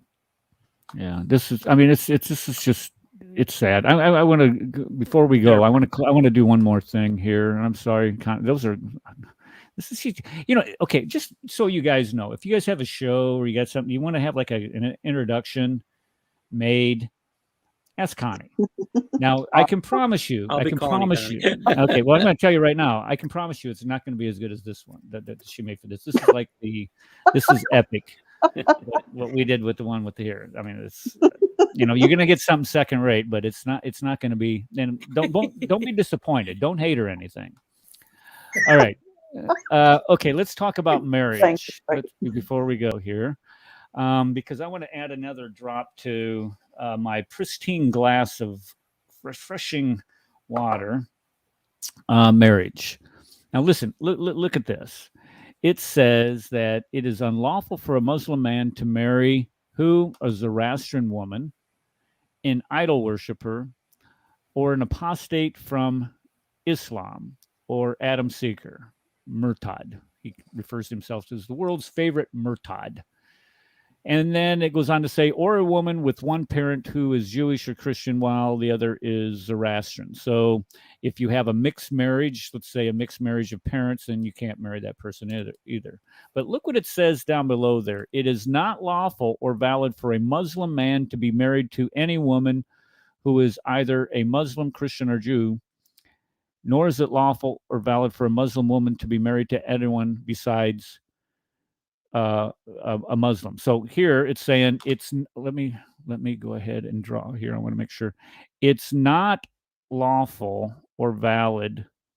It's not lawful or valid for a Muslim man to be married to any woman who is not, there we are, not either a Muslim, Christian, or Jew. So the 3 types of people that a Muslim man can marry is a Christian woman, a Jewish woman, and a Muslima. Those are the 3 types of people a Muslim man can marry. However, look at this little thing right here. Oh, look at that. Nor is it lawful or valid for a Muslim woman to be married to anyone besides a Muslim. Now, you go ahead and try to tell me how beautiful that is. How perfect of law that is. You are going to deny people to marry somebody who they want, that they are in love with. That sounds to me that you're an Islamophobe. How are you going to deny somebody that is a Muslim that wants to marry a Jew? A woman who's Muslim woman who wants to marry a Jewish man or a Christian man. Are you going to deny her the ability to do that? What kind of Islamophobic hatred do you have? Do you not trust this woman to rear children and bring them up in the admonition of Allah and Muhammad? No. Islam proves itself. It's all about Islam the proves Muslim itself babies. that it's a fear. It's in fear. Islam is fear. It's torment. Fear has torment, right? The Bible says fear has torment. Yeah, but Connie, it's all about making the babies. So if she marries a Jew, she can't make Muslim babies. If she marries a Christian, she can't make Muslim babies. But even the Quran and whatever you showed, which I think was the traveler Sharia. Yeah, reliance of the that's a traveler. lie. That's a lie because a Muslim man can't marry an unbeliever. And given the fact that there is no Christian woman that believes, or she should not believe, that Allah is God and Muhammad is a prophet, and because she takes Jesus as the Son of God, making him, God part of the Trinity, that disqualifies a Muslim from marrying a Christian. I'm sitting here reading through the next because I've heard what you've said where it contradicts itself. Say that one more time. Okay. As a Muslim man, you could marry a Christian and a Jewish woman. But a Muslim man can't marry an unbeliever. Well, an unbeliever would be someone who doesn't believe in Allah and the Prophet Muhammad. And as a Christian, we don't believe in Allah. We sure as hell don't believe in Muhammad, and we commit shirk, right?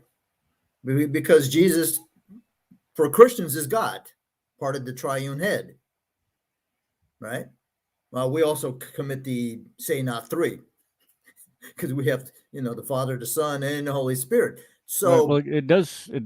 Okay, hold on. It says that it is not lawful or valid for a Muslim man to be married to any woman who is neither.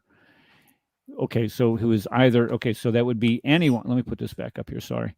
Who is not either. Okay, so these are the types of people that he can marry.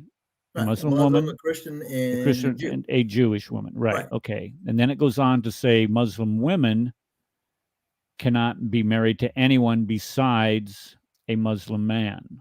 Right there. She's pretty much screwed. But the thing is that a Muslim, in order for, let's say I'm a Muslim guy and I fall in love with an atheist, right? Now I can marry her, but she has to convert first. Right. Okay. Yeah. All right. I agree with that. She's an unbeliever. Well, that's the same thing as far as a Christian woman. We don't believe in the Muslim faith. We don't believe that Allah is God.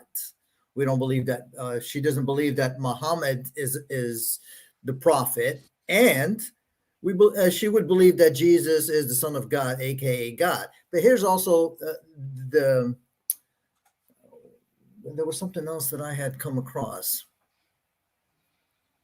Yeah, in the Quran, you can't show me a Christian, because what they consider a Christian is somebody called a Nasara. Mm-hmm. But there is an Arabic word for Christian. So did Allah not know what the word for Christian is? Well, I thought that's what they call it. Nasara is Nazarene. That's what that means. That's their excuse, that it means Nazarene, because that's not even Nazarene. I have a feeling that the Nasara is some kind of a Gnostic or heretical sect of Christianity that was in that area. There is a word for Christian. Yeah. Mm-hmm. But the whole premise behind the Muslim marrying a Christian or Jewish woman, what they're doing is now they've robbed Christianity or Judaism the opportunity of those women producing babies or adding to the population, because now they don't even have to convert, but their babies will always be Muslim. Right. Yeah, because they follow the religion of the father. Right. And that's why they cannot marry Christians or Jews or anybody else. Right. But Muslim men can marry whoever they want. Right. But if a woman was to do that, then guess what? Now we've robbed Islam of the opportunity of her making Muslim babies because she married a non-Muslim.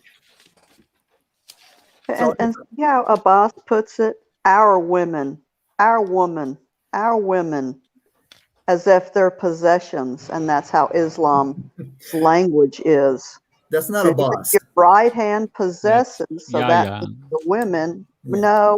No, I'm almost thinking this is a boss. Well, No, okay, no, this is He's Now it's listen. talking too Okay, smart. listen here. It says Leviticus, pulling dare you put names. the reference of the Bible as it condemns you all as well. Here's what's the interesting thing is, and this is what I mentioned at the beginning of the show when we were talking about apostasy. Because when if you look in the book of Deuteronomy, it talks about stoning those people who would leave the fold of the Jews who had been fled Egypt. Well, Did God you gave this. log off of Blog Talk Radio?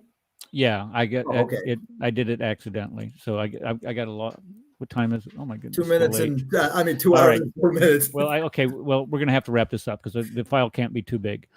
Okay, so but the bottom line is that when we looked at those laws, do we still see Jews going out and stoning people to death today?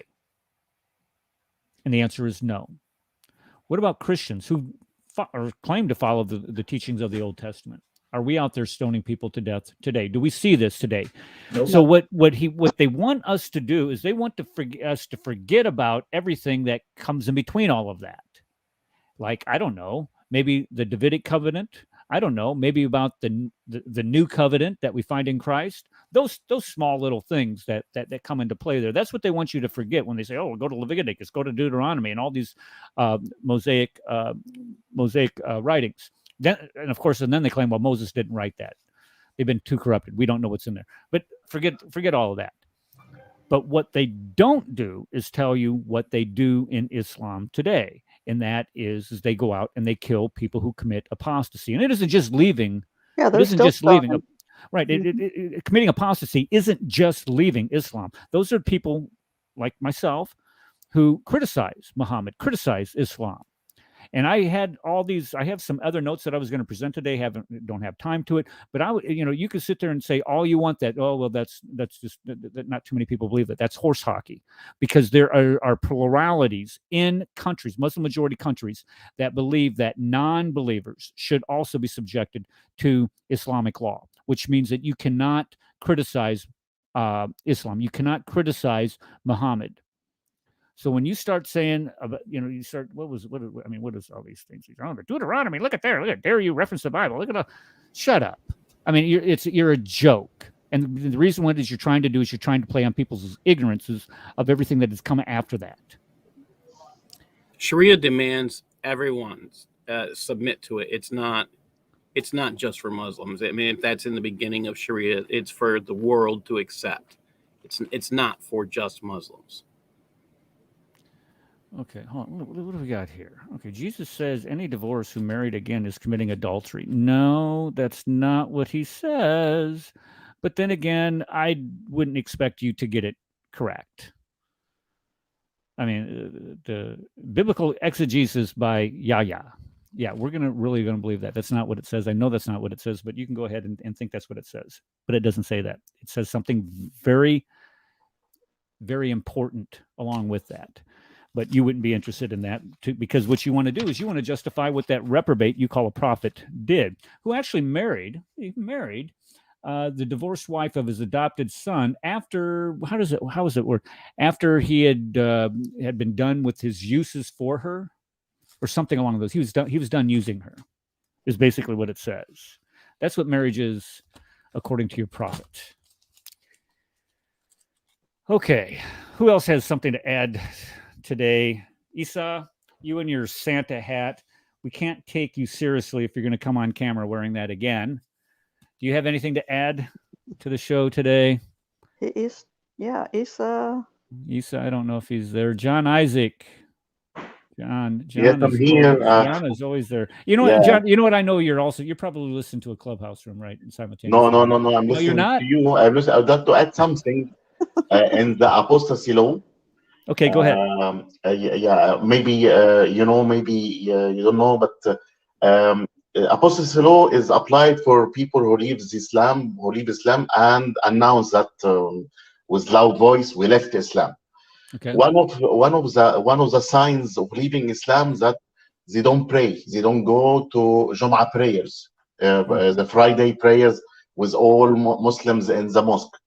Then many of scholars say that if we find any Muslim don't pray, he doesn't pray, then we give him like chance for 3 days to return back to Islam or kill him. This is an application for the apostasy law. It's called the Tariq as-Salah, as a person who leaves prayers. Okay, so was this practiced? Is this something that goes on in Egypt? You've seen this happen? Yeah. It's announced. It's well known. It's a fatwa by one of the biggest scholars in Islam in Egypt, who was like a minister in the government 20 years ago. His name Al-Sha'rawi, Sheikh Al-Sha'rawi, says that if we find any Muslim doesn't pray, we give him chance 3 days to return back and pray with other Muslims in mosque, or to be killed. And who does the killing? It should be the government. He can do that, but he said it's a fatwa, and if we have Islamic State, Egypt is not Islamic State 100%. But if we have Islamic State, we will apply this law. And he announced that in the TV. Okay. So if the government doesn't do this, because we can in Egypt, Egypt depends on Western communities, Western Europe, America, United States, Canada. If they do that, it will be like Afghanistan or Pakistan. Now it will be hard for the Egyptian government to take money from the West to build the country. It's hard to apply that. But this is the Islamic law. This is the Islamic law for apostasy. If we see any Muslim doesn't show the face, prayers, he doesn't pay zakah or this stuff, they give him chance for 3 days to repent and return to Islam. Otherwise, he will be killed. He is an apostate. Okay, and so you're saying that the government does this. So if this guy, let's say he's out on the street, he was he says that in the TV, in the show, in the TV, he has like a weekly show every Friday. He speaks about everything in Quran. He has his own tafsir, but he died now. He is not living now. But he in his time, he was like the biggest scholar in Egypt, and he said the person who leaves prayers should be killed. It just makes you feel icky thinking about that. Okay. Let's see. I want to address this. If you want to come Tuesday and you want to discuss this, get here on Tuesday. We start at 5 p.m. I don't know if that's too late for you. My understanding is that you are 6 hours ahead of us. It would be 11 o'clock. It would be 11 o'clock. It'd be 11 o'clock your time. If you want to come Tuesday, I will send you the link. Send me I do have you on Skype. Hold on, let me check here. Aladdin, look at there. Okay, yeah. Sayed. Aladdin sends me Skype messages all the time. I think he likes me. He doesn't send me any. He doesn't like me. I think he wants me to become one of his dancing little boys. There you go. I don't know about him, but okay, if you want to do that on Tuesday, you let me know. Send me a Skype message, and we'll continue this. If not, then I got all kinds of other things that we need to discuss on Tuesday. Okay. Anybody else have anything to say? Paul.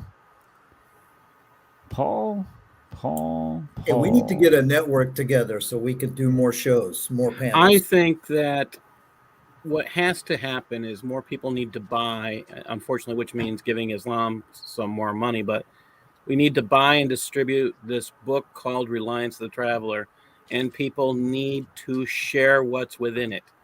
It's some of the online stuff talked and about, PDF. I cover in my book, The Cancer on Civilization Jihad. This is not a pretty, it's not a kind, it's not a loving faith structure. All right. It is an abhorrent, disgusting, vile, pedophile lover faith. And in order to say anything else you have to deny Muhammad. Okay. That's my statement. All right. How about is it on Kindle? Mr. the Fifth Deal? Anything that you On want to say? Amazon, I think it's just a paperback for his Cancer Civilization book. I just ordered it the other day. That's my new name, the Fifth. The Fifth. Pleader of the Fifth, the silent one. Yeah, D.L. I know. Tate. Yeah, what does DL have to say, man? He's always pretty powerful. No, for some reason the show kept kicking me out. I had to get back in like 5 times. I saw that. Yeah, me too. Okay, is there any way that? Go ahead. But what I was saying is, intermittently, I was going toe to toe with your good buddy Ajaz Ahmed on Clubhouse. Still come with the same old nonsense stuff. Oh, cool. You're on Clubhouse, DL? Is it DL Tate? Is that your name? I got invited into that 2 or 3 days ago, and I was surprised to see my brother Chris Claus on there and John Isaac. And I go. Oh, yeah. I don't ever talk, but I go. Also, and guys, I was my name. I was able to. I was going by Ali, and I could never change my name, so I didn't like going there. You know what? You're misrepresenting. I saw your picture, and I saw that Ali. I thought maybe somebody was just mocking you. No, he was actually grilling you. Well, he was people actually do mock me, and that's fine. I'm on there sometimes. Yeah, what I was trying to do is I was just trying to be able to go into Muslim rooms without them, kicking me out or whatever. So, but I was able to find. What I realized is that you can change your name like every 30 days, I think. So I was able to go in there and change it back to I changed it back to Eric Smith yesterday. Oh, okay. So I am. So when you see, and plus I got Eric Smith, but I changed my picture to Father Boutros. Yes, Boutros. Zachariah. Yeah, I had that for a while. Yeah, we need to support him on that. Yeah. Okay, how do I? Well, what's so funny is I guess I'm going to have to change my name because every time I try to just hang back and listen, somebody sees DL and they want to bring me up. Nobody loves you're a popular guy. That's why. I mean, they don't ever want to bring me up. I think my nick. Okay, well, because you changed your name, so right. Well, that might be Lewis. Shadid Lewis had a little show the other day, and I popped in to see what was up, and then he said, "Hey, DL, you want to come up here and have a discussion?" So Shahid, man, Shahid used his video to debate me on 86.7, and I didn't realize it until later. Shahid or Shadid? Shahid Lewis. He goes by the name of Shadid. Mr. Islam. Yeah, Shadid Lewis. Oh, Shadid. Okay, there's somebody else. Yeah, the brother. Well, yeah, this one's a brother also. Yeah, okay. Well, we're talking about the same person. Yeah, he's debated. He's well known. I think he debated David Wood and a few others. On Pal Talk, he goes by the name Mr. Islam Answers Back. Actually, I think his YouTube channel might be called Mr. Islam Answers Back. Well, he needs to, before he answers, as Proverbs 15:28 says, you need to study, the answer, because he's not. Let me tell he's you, an apologist for Islam. He's not a very good one. I had a little 86.7 going over with him, and it wasn't really a debate. Unfortunately, it didn't get recorded well. And he's got a video on his channel about the whole 86.7, between the backbone and the ribs. And I didn't realize that the guy was responding to me with his video until I watched his video and I put 2 and 2 together. And I'm like, this mother responded to me with his video. I guess he was having a lazy day and he didn't want to repeat himself. But I'm sorry, these guys that claim that they can debate, they have no clue what debating is. No, not at all. I mean, they think they're But great. the bad thing about Shadid Lewis is he's actually a pretty cool guy. I don't know. I got the impression that he hates whites. He's very racist towards whites. he can't hide that. He can't cover it up. Yeah, but he's half Puerto Rican. So, you know. Yeah, but yeah. Okay, let me address this question here for okay, if you want to come up and discuss what we were discussing today, which mainly dealt with the Sharia surrounding the age of marriage, divorce, and how it is applied in Islam, that's fine. That is fine. You want to discuss that? We'll discuss that on Tuesday. Okay, anybody else before we go? Thank you for coming. Trying to think. We didn't hear Connie. You got anything, John? Isa? No, thank you. Thank you so Every much. opportunity to expose that Islam is tormenting little girls, I do appreciate the opportunity. Thank you. Okay, well, we're going to do it again. It looks like we're doing it again on Tuesday. Yaya says that Rock on. if he can come, that'd be great. We'll see what he has Notice to say. Muhammad was a hypocrite because it was okay for him to marry, a 6-year-old, but he wouldn't allow the same thing to happen to his daughter Fatima because Abu Bakr wanted to marry her. And he's like, no, you can't marry her. She's too young. Yeah, she's too young, you old scumbag. What's wrong with you?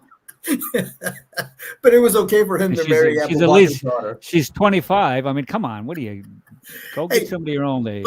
But even with what Yaya was saying, let's say that Aisha was 16, which we know she wasn't. Okay, she's 16. Muhammad is still 50 years old. That's disgusting. To me, that would be like me marrying my daughter. I would never marry somebody that I could. It would think be of. your grand. It could be. Yeah, it could be my granddaughter. Yeah, 50. Yeah.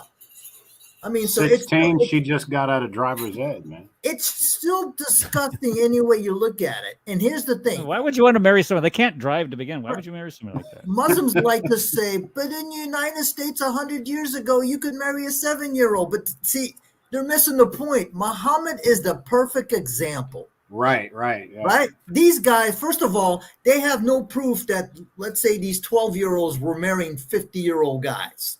I guarantee you those 12-year-olds are probably marrying 17 and 18-year-old kids. They weren't marrying any prophet. Oh, but King so-and-so married a 7-year-old. I don't believe that's true, but let's say it is true. He's not the perfect example for everybody to follow. Exactly. That's the biggest difference right there. It's still disgusting right there. So at the end of the day, we're talking about the perfect example that everybody is supposed to follow, emulate. So that means Muslims, I got bad news for you. If you're not marrying 6-year-olds, you're not following your prophet. So let's get to it. And no, yeah, let's get. I won't even give you my 3-year-old dog. Oh, and here's the other thing. My understanding for Muslims is that you're ready to have sex at the first sign of a period. Now, we have girls who get a period at 5, 6, 7. So does that mean, according to them, a 7-year-old who has a period is now lawful for you to marry and have sex? Because to them, maturity is when you have a period. Because they think that's all that's required for somebody to have a kid. Now, you could have a kid. You probably die having the kid because the youngest girl that ever had a kid was 5 years old. So what does that mean? That it's okay to marry a 5-year-old? Whoever did that means whoever did that to that little girl needs to be thrown in jail and have it cut off. So Muslims are the ones who came up with that old slogan, if she's old enough to bleed, she's old enough to breed. Could be. You know. It would be. I don't know of any girls that menstruate at 7 years old, man. What part of the country do you guys live in? It's rare, DL, but it does happen. Oh, it does? I never heard of it. Okay. Yeah. Just like I said, I was shocked to find out that the youngest girl to have a kid was 5 years old. So that means she got pregnant at 4. Now I can't remember which Latin country this was. You know. But who was the father? That's the guy. That's what I was saying. Whoever it was, have his head split open. That's just, yeah. You know, I mean, even if, let's say, it was a 12-year-old, I mean, it's still sick all around. But in Islam, that would be the justification. She had her period. Now, my fiance had a 7-year-old. I mean, what, 3 foot something? I mean, seriously, for a grown man to think about a 7-year-old in a sexual way, you need to be put away in a dark room full of rodents and smear peanut butter all over you. Yeah, Well, I you're could think of a sick, lot man. worse ways to do it, but Right, that'd be one way. But I could think of some others. Some very hungry Include- rats with peanut butter. Well, I tell you, and a very angry papa with a blowtorch would be a lot better. Yeah. If, I mean, you know. it's just disgusting. It It is. doesn't I matter. mean, just think about it. I mean, as guys, for you to have sex, you have to be excited. You know, to get an erection. So just Right. think about how what Muhammad did when he was with Aisha. He had to be lusting after her to get sexually excited. That's sick. You know what I'm saying? I mean, just from a practical, aspect. I mean, I don't know. If I saw him today, I'd blow his head off. And if he went to prison, they'd Right. kill him in there. But here's the whole thing, DL. I actually think Muhammad gets a bad rap because I don't believe he existed. And I think Allah gets a bad rap. Well, I think Allah is a victim of a false prophet who put a bunch of words in his mouth. Yes. Yeah. That's even a better way. I really do. That's a good way to put it. Yeah. Maybe Exact the sock Obama's were puppet. sick. Sock puppet. I love that. Mm-hmm. Yeah. All right. Hey guys, we got to go. Yeah, look, he made it to 2 hours and 25 minutes. All right, getting you there, guys- getting you guys- close. well, that's just something that's an endurance level. This is something you just got to build up over time. I was at the 1 hour mark when I first started. Now look at me 5 years later. I've tripled 5 years that. down the road, Doubled he'll that. be at 2 hours and 30 minutes. Maybe if I'm still here, inshallah. All right, guys. God bless you. Thanks for coming, and we'll see you Tuesday. Hopefully, Yaya will come. We'll see if he comes. That'll be interesting. What's next week's show about? Next week or Tuesdays? Tuesdays. We're going to discuss this if Yaya comes, and if not, then I don't know. What do you think we should talk about? What would be a good topic? Anything off the top of your head? I mean, I can't think of anything right now. I think All we've right. pretty much discussed everything. The one Quran that's been, Surah 3:7. Surah What's that? 3:7. I'm not familiar with that one. There are foundational scriptures and then those that are ambiguous. The reason why I think that's a good subject is because Muslims always claim that they believe the whole Quran. Yet that verse says only those who are sick in their heart follow the ambiguous portions of it, right? But that's a contradiction because there's other verses where it says the Quran is clear and every verse is explained and detailed. Exactly. Okay, so what I'll do is I'll write something up and we'll talk about that. Are you going to be able to come, DL? Oh yes, definitely. I have banker's hours now. I don't work the old stuff. Hey, you should also do one on the science of the Quran. That's boring. It really is. I've watched Nadir. Okay, guys, we got to go. We'll look at 3:7. If we don't, if Yaya comes, we'll continue this, and if he doesn't, then we'll do 3:7. How's that? Sounds good. Shalom. All righty. God bless y'all. All right, you guys have a good one. See ya. All right. Be safe.